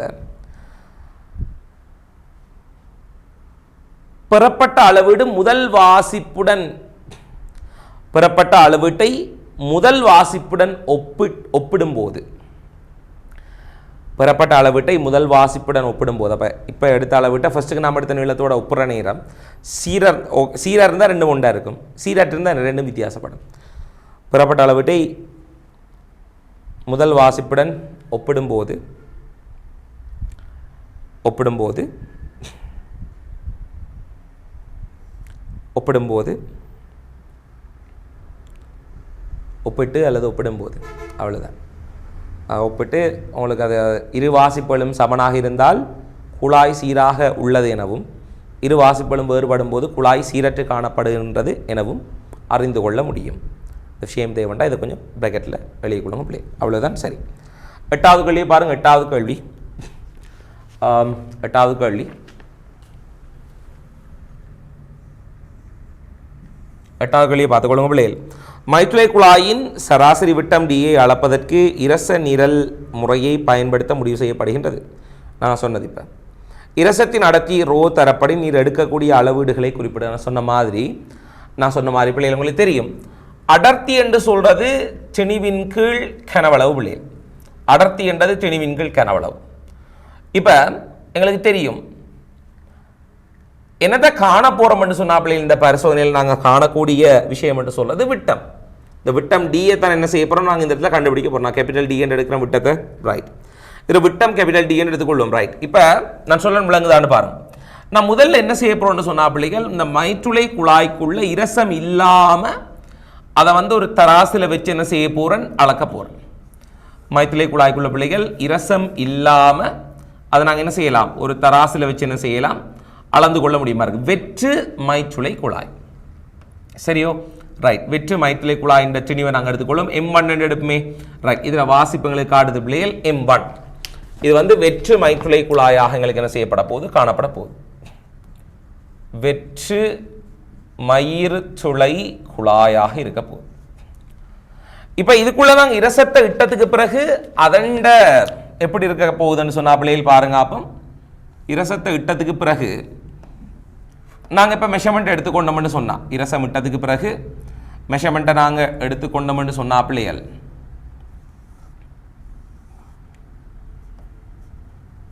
ரைட். இரசம் விட்டதுக்கு பிறகு இப்போ இரசம் கொஞ்சம் உள்ளுக்கு விட்டுருக்கோம். இரசம் விட்டதுக்கு பிறகு இப்போ அளவீடு பார்த்தோம்னு சொன்னால் M2 உண்டு திணிவு வருது எங்களுக்கு அளவீடுன்றது M2 உண்டு வருதுன்னு எடுப்போம்.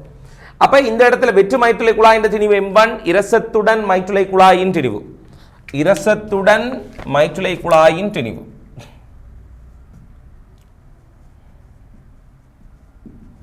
இரசத்துடன் மைற்றுளை குழாயின் திணிவு இரசத்துடன் மைற்றுளை குழாயின் திணிவு M2 உண்டு எடுப்போம். இப்போ இரசத்திர திணிவு என்ன இரசத்திர திணிவுன்னு சொல்றது M2 - M1 வேறு கூட. ஸோ இரசத்தின் திணிவண்டு சொல்றது 4 தரம் பாருங்க. இரசத்தின் திணிவண்டு சொல்றது இரசத்தின் திணிவண்டு சொல்றது பிள்ளைகள் இரசத்தின் திணிவு சிம்பிள் எமெண்ட் எடுப்புமா ரைட். சிம்பிள் எமெண்ட் சொல்றது இரசத்தின் திணிவண்டு சொல்றது என்னன்னு சொன்னா பிள்ளைகள் M2 - M1 ஆக எங்களுக்கு என்ன செய்யப்பட போகுது காணப்பட போகுது. M2 - M1 ஆக என்ன செய்யணும்னு சொன்னா பிள்ளைகள் எங்களுக்கு காணப்பட போகுது. அப்ப நான் இதை சப்ஸ்டியூட் பண்ணி இங்க சமன்பாட்டில் எடுக்கிறேன் பாருங்க. இரசத்திர அடர்த்தி என்று சொல்வது இரசத்திர திணிவு M - கீழ் இரசத்திர திணிவு M - கீழ் இரசத்திர கனவளவண்டது A/L ஆக இருக்கு. AL என்று வரப்போகுது. ஸோ இங்க பாருங்க பிள்ளைகள் M/, குறுக்குவெட்டு பரப்பு என்று சொல்றது எங்களுக்கு தெரியும். D என்று சொல்றது விட்டம் என்று சொன்னா உள்ளுக்கு இருக்கிற குறுக்குவெட்டு பரப்பு πr வர்க்கம் என்று சொல்றது பரப்பு πd வர்க்கத்தின் 4 என்று வரப்போகுது. ஸோ πd வர்க்கத்தின் கீழ் 4 இது குறுக்குவெட்டு பரப்பு × L ஆக இருக்க போகுது. ஆகவே இந்த இடத்துல விட்டத்தான் காண போறீங்க நீங்க. இந்த 4 என்றது மேலே வரும். நான் இப்படி எழுதுறேன் பாருங்க விளங்குதான்னு சொல்லி ρ = 4m/4 மேலே வரும் πd வர்க்கம் L என்று வரும். πd வர்க்கம் L πd வர்க்கம் L. இப்போ நான் என்ன செய்வேன் d வர்க்கத்தை இங்கே கொண்டு வந்து ரோவை கீழே இறக்க போகிறேன். ஸோ எனக்கு வரும் d வர்க்கம் சமன் 4m கீழ் πρL என்று வரும். πρL அப்போ பாருங்க d = 4க்கு ரூட் எடுத்தா 2 3க்கு போடுவோம். அப்போ ரூட் ஆஃப் m/πρL என்று வரும். m/πρL எங்களுக்கு பிள்ளைகள் என்ன செய்ய போதும் வரப்போகுது. இந்த சமன்பாட்டில் இரசத்தின் திணிவையும் பை என்று சொல்வது ஒரு மாறிலி ரோ என்றது எங்களுக்கு அடர்த்தி இரசத்திர அடர்த்தி தந்திருக்குது. இரசத்தின் நீளத்தையும் பிரதியிட்டீங்கன்னு சொன்னா இரச இழை முறையில் விட்டத்தை துணியலாம். அப்ப இரச இழை முறையிலையும் உங்களுக்கு விட்டத்தை துணியக்கூடிய ஒரு முறை எங்களுக்கு இந்த இடத்துல கிடைச்சிருக்கு. ஏன் மைற்றுளை குழாய்க்குள்ள இரசம் மட்டும் பாவிக்கிறோம்னு சொன்னாலே இரசம் என்றது கண்ணாடியை நனைக்காது. நாங்கள் ப்ரொப்ல விண்ணுக்கு படிப்போம். ஒட்டற் பண்பு விசை மூலக்கீட்டிடை கவர்ச்சி விசை என்று சொல்லி படிச்சிருப்போம். இந்த தொடுகை கோணம் என்ற பகுதியில் படிப்போம். இந்த மூலக்கீட்டிடை கவர்ச்சி விசை என்றது இரசத்துக்கு கூடுதலாக இருக்கும். ஒட்டற்பண்பு விசை சிறிதாக இருக்கிறதால தொடுகை கோணம் வந்து எங்களுக்கு எப்படி இருக்க போகணும்னு சொன்னால் பெருசாக இருக்க போகுது, விரிகோணமாக இருக்க போகுது எங்களுக்கு. அந்த அடிப்படையில் இவர் வந்து என்ன செய்வார், கண்ணாடியை நனைக்காத ஒருத்தராக இருப்பார். தண்ணீர் எடுத்து பார்த்தோம்னு சொன்னால் தொடுகை கோணம் என்று சொல்வது எங்களுக்கு தொடுகை கோணத்தை சொல்வதை விட நீர் என்று சொல்வது பிள்ளைகள் ஒட்டற்பண்பு விசை கூடையாகவும் மூலக்கூட்டை கவர்ச்சி விசை குறையாமல் இருக்கிறதால நீர் வந்து கண்ணாடி என்ன செய்யும், நனைக்கும். இது நாங்கள் ப்ரொப்ல என்ன செய்வோம், மிக தெளிவாக இருக்கா படிச்சு கொள்வோம். Right, okay. இப்போ இதில் அவர் சொல்றது என்னென்றால் மைற்றுளை குழாயின் சராசரி விட்டம் டியை அளப்பதற்கு இரச நிரல் முறையை பயன்படுத்த முடிவு செய்யப்படுகின்றது. இரசத்தின் அடர்த்தி ரோ தரப்படி நீர் எடுக்கக்கூடிய அளவீடுகளை குறிப்பிடப்படும். ரோ தெரிஞ்சா நீங்கள் எடுக்கக்கூடிய 2 அளவீடுகள் சொல்லுது. இரசத்தின் தெளிவு எம் என்று போடுங்க. அதே நேரம் இரச இழையின் நீளம் அல்லது இரச நிரலின் நீளம் எல் என்று போடுங்க. ஆன்சர் என்று சொல்ல என்னது, இரசத்தின் திணிவு சிம்பிள் எம், அடுத்த எல்லுக்கு போடுங்க. இரச இழையின் நீளம் எல் என்று போடும். அது 2 தான் அதுக்குரிய ஆன்சர். Right, okay. அது 2 தான் அதுக்குரிய ஆன்சர். இப்போ 9வது சராசரி விட்டம் டீட்கான தொடர்புடைய பிறகு நாங்கள் பெற்றிருக்கோம். இதான் விட்டம். Okay, right. இதான் சராசரி விட்டத்துக்கான ஆன்சர். இதான் பிள்ளைகள் வடிவாக பார்த்து இந்த ப்ரூஃப் என்ன செய்யணும் படிக்கொள்ளும். இங்கே நான் குறிப்பிட்ட நோட்டுகளும் கூட உங்களோட டிஸ்கஷன் காப்பியில் இருக்க வேண்டும். சரியா பிள்ளைகள்? Rights, okay. ஸோ இந்த இடத்துல நாங்கள் என்ன செய்யிருக்கோம்னு சொன்னால் பிள்ளைகள் எங்களோட நகரும் நுணுக்கு காட்டியில் இருக்கக்கூடிய மிக பிரதானமான விஷயங்களை பார்த்துருக்கோம். இன்னும் கேள்விகள் செய்து பார்க்கணும்னா இன்னும் இருக்குது. ஆனால் பேசிக்லேருந்து டெவலப் பண்ணி கொண்டு வர ஐடியாஸை நான் திருப்பியும் சொல்கிறேன். நான் இங்கே சொல்லக்கூடிய பேசக்கூடிய விஷயங்கள் அனைத்தும் பிள்ளைகள் எக்ஸாமில் ஏதோ ஒரு வகையில் எங்களுக்கு உதவி செய்ய போகுது. ஸோ ஐடியாஸை அந்த எப்படி நாங்கள் டெவலப் பண்ணுறோம், ஃபிசிக்ஸை எங்கேருந்து ஸ்டார்ட் பண்ண போகிறோம். இப்போ நிறைய பிள்ளைகள்கிட்ட சொன்ன விஷயம் என்ன சொன்னால், சார் மற்றவங்க படிச்சு தான் நீங்கள் படித்த வித்தியாசம் இருக்காண்டு ஒன்றும் நான் ஒரு மெஜிக்கும் செய்யலை, நான் செய்யக்கூடிய ஒரே ஒரு வேலைன்னு சொன்னால் பிள்ளைகளுக்கு விளங்குற மாதிரி ஃபிசிக்ஸை மிக இலகுவாக சொல்லித்தாரன். எவ்வளவு பெரிய ஹார்டான கொஸ்டின்ஸ் வந்தாலும் உங்களால் அதை என்ன செய்யலாம், கட்டாயம் உங்களால் நல்லா செய்து கொள்ள முடியுமாக இருக்கும் என்ற நம்பிக்கை எனக்கு இருக்குது பிள்ளை. சரியோ, ரைட். ஸோ இன்றைக்கு நாங்கள் இந்த பகுதியை தெளிவாக முடிச்சிருக்கிறோம். உங்களுக்கு இதில் இருக்கக்கூடிய சந்தேகங்கள் மற்ற விஷயங்கள் எல்லாமே இந்த இடத்துல இல்லாமல் இருக்குன்னு நினைக்கிற பிள்ளைகள் மிக தெளிவாக நாங்கள் என்ன செஞ்சுருக்கோம், படித்து முடிச்சிருக்கிறோம். அடுத்த வகுப்பில் நாங்கள் கோளமானி என்ற பகுதியோடு ஆரம்பித்து அதை முழுமையாக முடித்ததுக்கு பிறகு இதில் ஒரு சமரி ஒன்று செஞ்சு இந்த கருவிகள் என்ற பகுதிகள் நாங்கள் என்ன செய்ய வேண்டியிருக்கு, முழுமையாக முடித்து விட்டுட்டு மெக்கானிக்ஸுக்கு நாங்கள் ஆரம்பிக்க வேண்டியிருக்கு. அதே நேரம் டொப்பர் சீரீஸில் இருக்கக்கூடிய கொஷின்ஸை நாங்கள் டிஸ்கஸ் பண்ண வேண்டியிருக்கு. டொப்பர் சீரீஸில் மிக வேகமாக தான் என்ன செய்வேன், செய்து கொண்டு போவேன். இந்த மாதம் கடைசியில் உங்களுக்கு ஒரு எக்ஸாம் இருக்கும், அதுக்கான டிஸ்கஷன்ஸ் இருக்கும். ஸோ மிக தெளிவாக இந்த கிளாஸ்ன்றது எங்களுக்கு போய்கொண்டிருக்கு. உங்களோட ஒர்க் அவுட்ன்றது நல்லா செய்து கொண்டிருப்பீங்கன்னு நினைக்கிறேன். உங்களோட ஒர்க் அவுட்ஸ் ஒவ்வொரு நாளும் டெவலப் ஆகி கொண்டு வரணும் பிள்ளைகள். நான் திருப்பியும் சொல்கிறேன், இப்போ நடக்கிற கிளாஸில் நான் ஒரு கிளாஸ் கூட உங்களுக்கு என்ன செய்ய மாட்டேன், 2024 நடந்த வகுப்போட ரெக்கார்டிங் வீடியோஸ் உங்களுக்கு தர மாட்டேன். அது இதுக்கு பிறகு பாவிக்கிறது இல்லை. 100% இப்போ ஃப்ரெஷ்ஷாக ரெக்கார்ட் பண்ண வீடியோஸ் மட்டும்தான் உங்களுக்கு நாங்கள் தந்து கொள்வோம் பிள்ளைகள். ஸோ மேக்ஸிமம் லைவாக கனெக்ட் ஆக பாருங்கள். நாங்கள் ரிவிஷனில் ஒரு பெரிய ஒரு இடத்துக்கு போய் கொண்டிருக்கிறோம். இருக்கக்கூடிய மட்டத்தை இன்னும் பொலிஷ்டாக்கி அடுத்த கட்டத்துக்கு போகிறோம். ஸோ பிள்ளைகள், உங்களோட லைஃப்பை டிசைட் பண்ணக்கூடிய இந்த போட்டி பரீட்சையில் நல்ல தரமான ரிசல்ட்ஸ் ஒன்று எடுக்கிறதுக்கு தரமான ஃபிசிக்ஸ் கிளாஸ் ஒன்று சூஸ் பண்ணிக்கொள்ளுங்க. அது கட்டாயம் எங்களோட ரிவிஷன் கிளாஸாக இருக்க மாட்டதில் எந்தவித சந்தேகமும் இல்லை பிள்ளைகள். இன்றைக்கு நாங்கள் இந்த பகுதியை முடிச்சுக்கொள்வோம். அடுத்த மீட் பண்ணிக்கொள்வோம் பிள்ளைகள். Physics is simple.